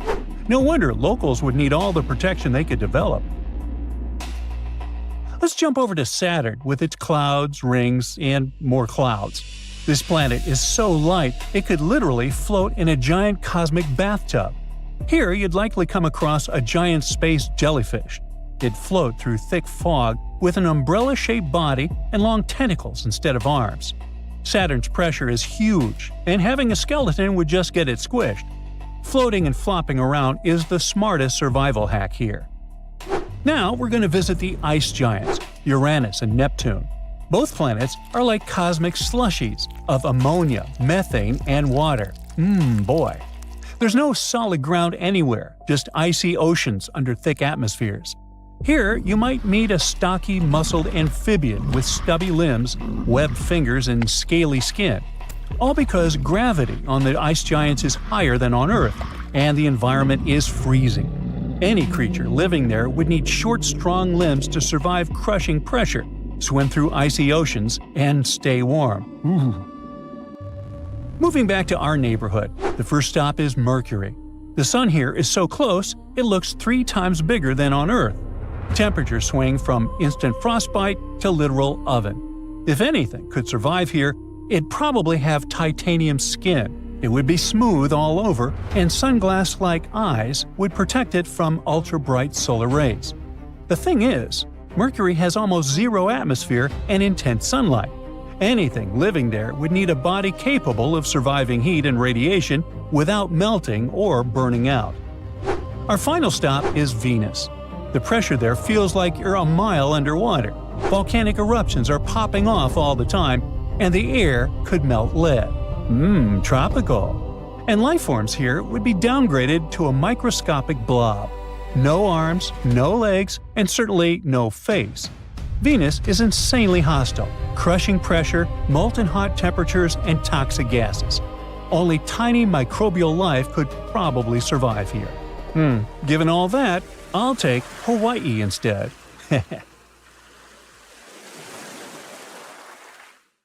You're standing next to a huge floor-to-ceiling window of the spaceship/wandering city you've been calling your home for a dozen years, along with a few hundred other people.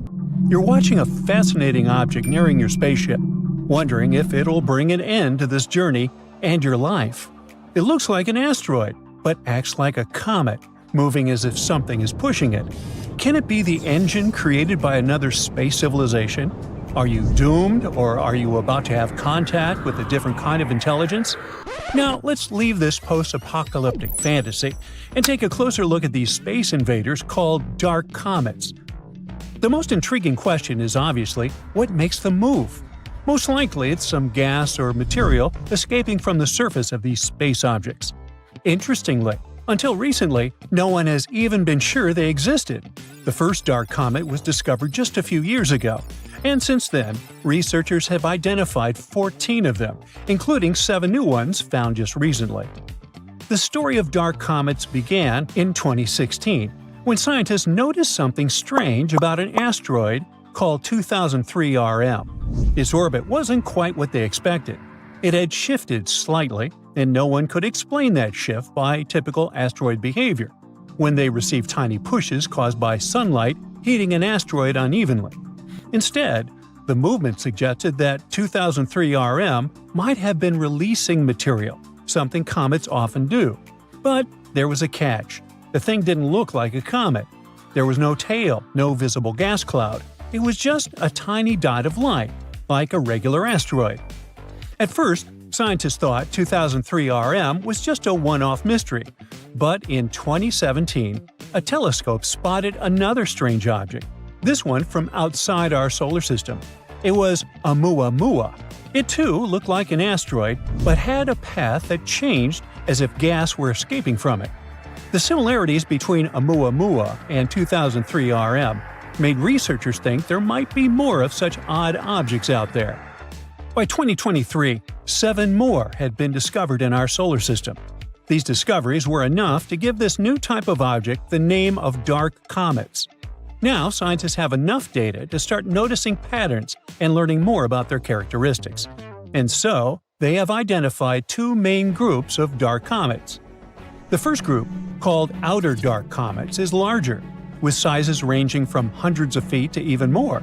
They follow long elliptical orbits, similar to traditional comets that come from regions near Jupiter. The second group, inner dark comets, is smaller, usually tens of feet across.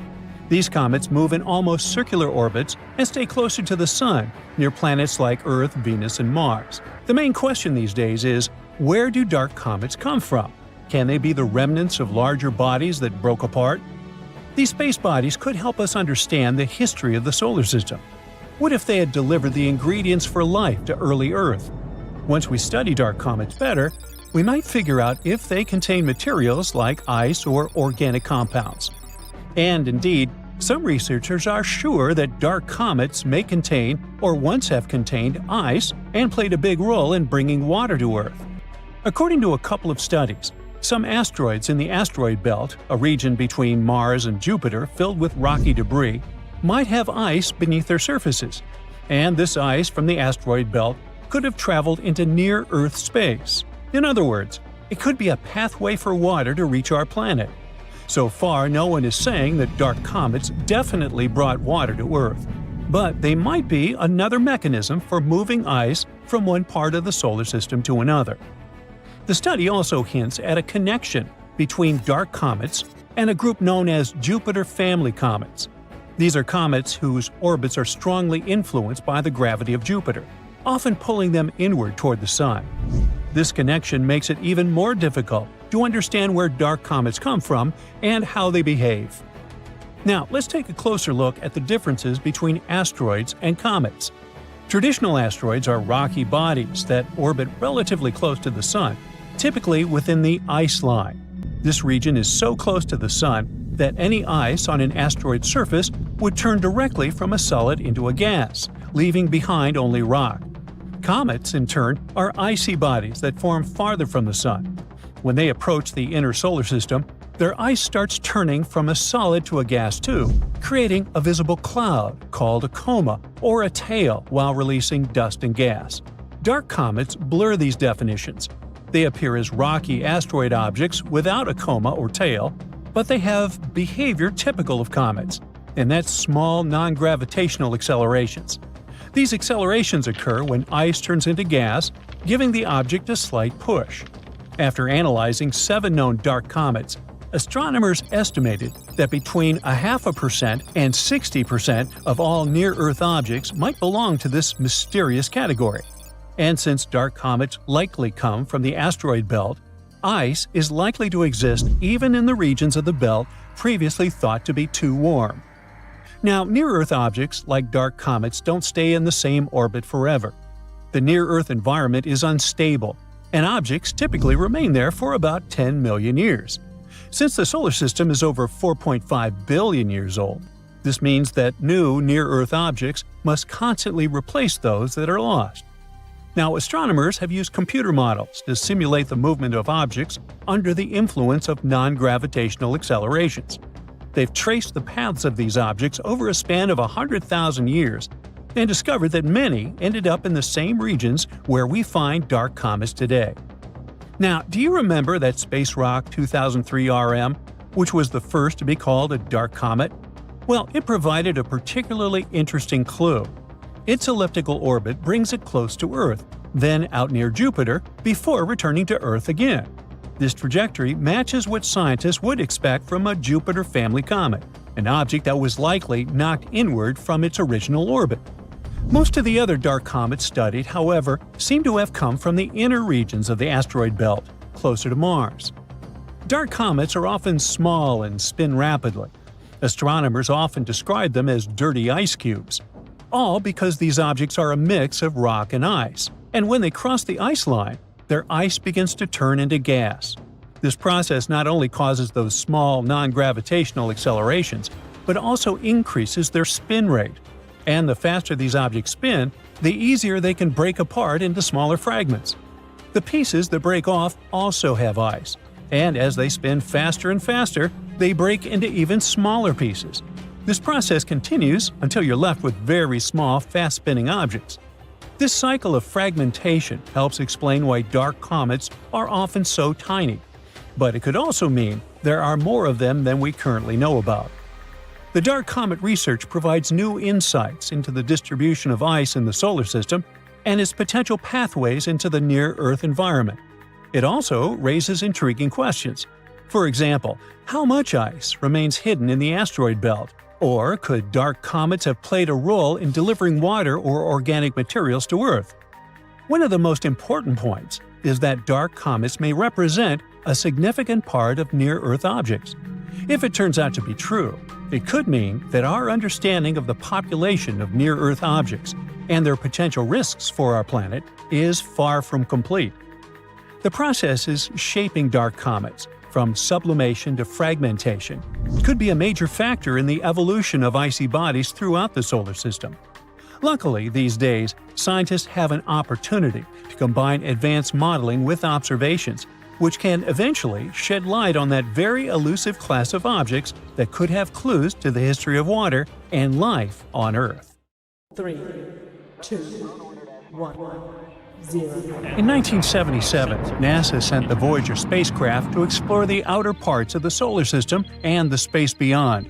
And at one point, the probes ran into something totally nightmarish: a blazing wall of fire measuring temperatures from 54,000 to 90,000 degrees Fahrenheit. Well, did the probes manage to survive these intense conditions? We'll find out soon. Meanwhile, there are several ways to think about where the solar system ends. One way is to say it ends where the planets stop. Another way is connected to the Oort cloud. That's a giant group of icy objects far beyond the planets, the farthest region of the solar system. It is extremely distant, maybe a quarter to halfway to the nearest star. To understand such huge distances, scientists often use something called the astronomical unit, or AU. 1 AU is the distance between Earth and the Sun. For comparison, Pluto orbits between about 30 to 50 AU from the Sun. The inner edge of the Oort cloud is thought to be much, much farther away, and the outer edge could be even further away. These distances are very hard to imagine. My little brain sputters when considering such. Now, we can also measure them in time instead of miles. NASA's Voyager 1 spacecraft makes almost 1 million miles per day. At that speed, it would take about 300 years to reach the Oort cloud, and maybe 30,000 years to reach its outer edge. Now, one more way to define the edge of the solar system is by the Sun's gravity. It might be the area where the Sun can still pull objects back toward it. And finally, we can define it by considering the heliopause, the boundary where the Sun's influence ends. You see, the Sun constantly sends out charged particles in a flow called the solar wind. This wind moves past all the planets and reaches about 3 times the distance to Pluto. The solar wind creates a giant bubble around the Sun and planets called the heliosphere. The heliopause is the outer edge of this bubble, where the solar wind meets the wind coming from other stars, called the interstellar wind. Here, the pressures from the solar wind and the interstellar wind balance each other. This causes the solar wind to turn back and flow along the tail of the heliosphere. As the heliosphere moves through space, it creates a bow shock, similar to the wave that forms in front of a ship moving through the water. So, depending on how you define it, by planets, by the Oort cloud, by gravity, or by the Sun's magnetic influence, the edge of the solar system can mean very different distances. But if we talk about the Voyagers, they came across something intense. It was something we could probably call a wall of fire. Blazing heat and intense temperatures. The two probes became the first spacecraft to travel beyond the heliosphere and cross the heliopause. Before the Voyager spacecraft reached the heliopause, scientists did not know exactly where this boundary would be. But the fact that the two spacecraft crossed it at different distances helped confirm some predictions about the heliopause. Scientists did expect that the edge of the heliosphere could move as the Sun's activity changes, a bit like a lung expanding and contracting as we breathe. And the fact that Voyager 1 and Voyager 2 encountered the heliopause at different distances matched this expectation. The heliopause is not a hard edge or solid wall, but the nickname Wall of Fire actually matches the nature of that insane region. Both spacecraft measured extremely high temperatures there, around 30,000 to 50,000 Kelvin, or 54,000 to 90,000 degrees Fahrenheit. Despite these extreme temperatures, the spacecraft were safe. The particles in this region are very far apart, so collisions are rare and not enough heat could reach the spacecraft to harm them. Nearly 50 years after their launch, Voyagers 1 and 2 continued to send back data from beyond the heliopause. They are the only two spacecraft that have crossed this boundary so far. Together, they have already made several curious discoveries about space outside the solar system. For example, Voyager 2's magnetic field measurements confirmed a surprising result from Voyager 1. Just beyond the heliopause, the magnetic field lines are aligned with the magnetic field inside the heliosphere. Before Voyager 2, scientists only had one measurement from Voyager 1, so they could not be sure whether this alignment was real or just a coincidence. Voyager 2 confirmed that the alignment was real.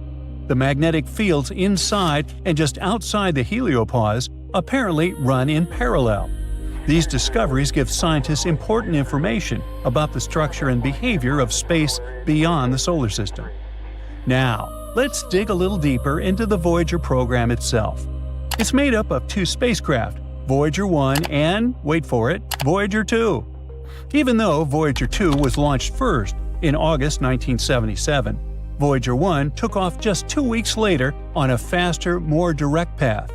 These two spacecraft have been traveling for more than 40 years, exploring worlds no human will ever walk on, at least in the near future.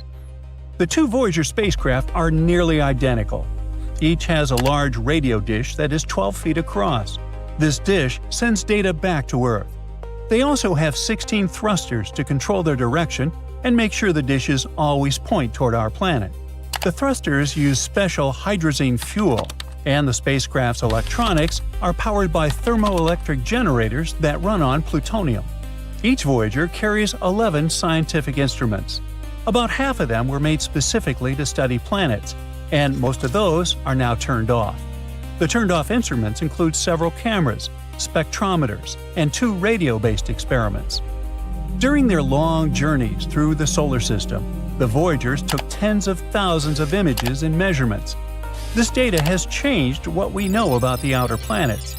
When the Voyagers reached Jupiter, they gave us our first detailed look at the planet's atmosphere. They showed that the Great Red Spot was a huge storm spinning counterclockwise and interacting with smaller storms nearby. The Voyagers also discovered a faint dusty ring around Jupiter. They studied Jupiter's moons, too. They found volcanoes on Io, saw linear features on Europa that hinted at a hidden ocean beneath its icy surface, and confirmed that Ganymede is the largest moon in the solar system, larger even than Saturn's moon Titan.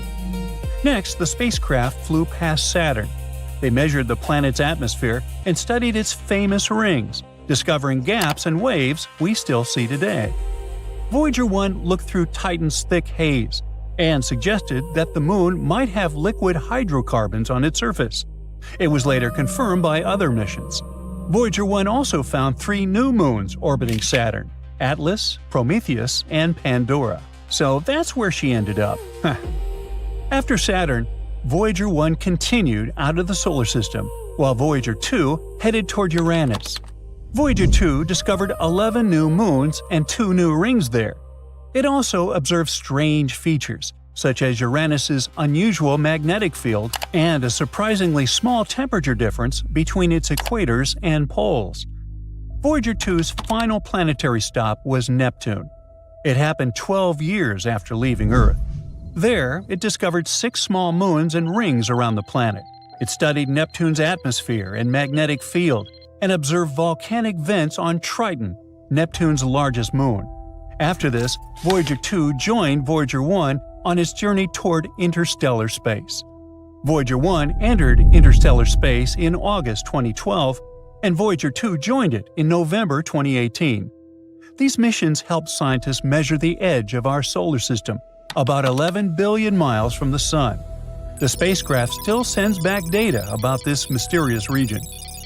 By the way, after its planetary visits, Voyager 1 took the famous pale blue dot photo of Earth from about 3.7 billion miles away.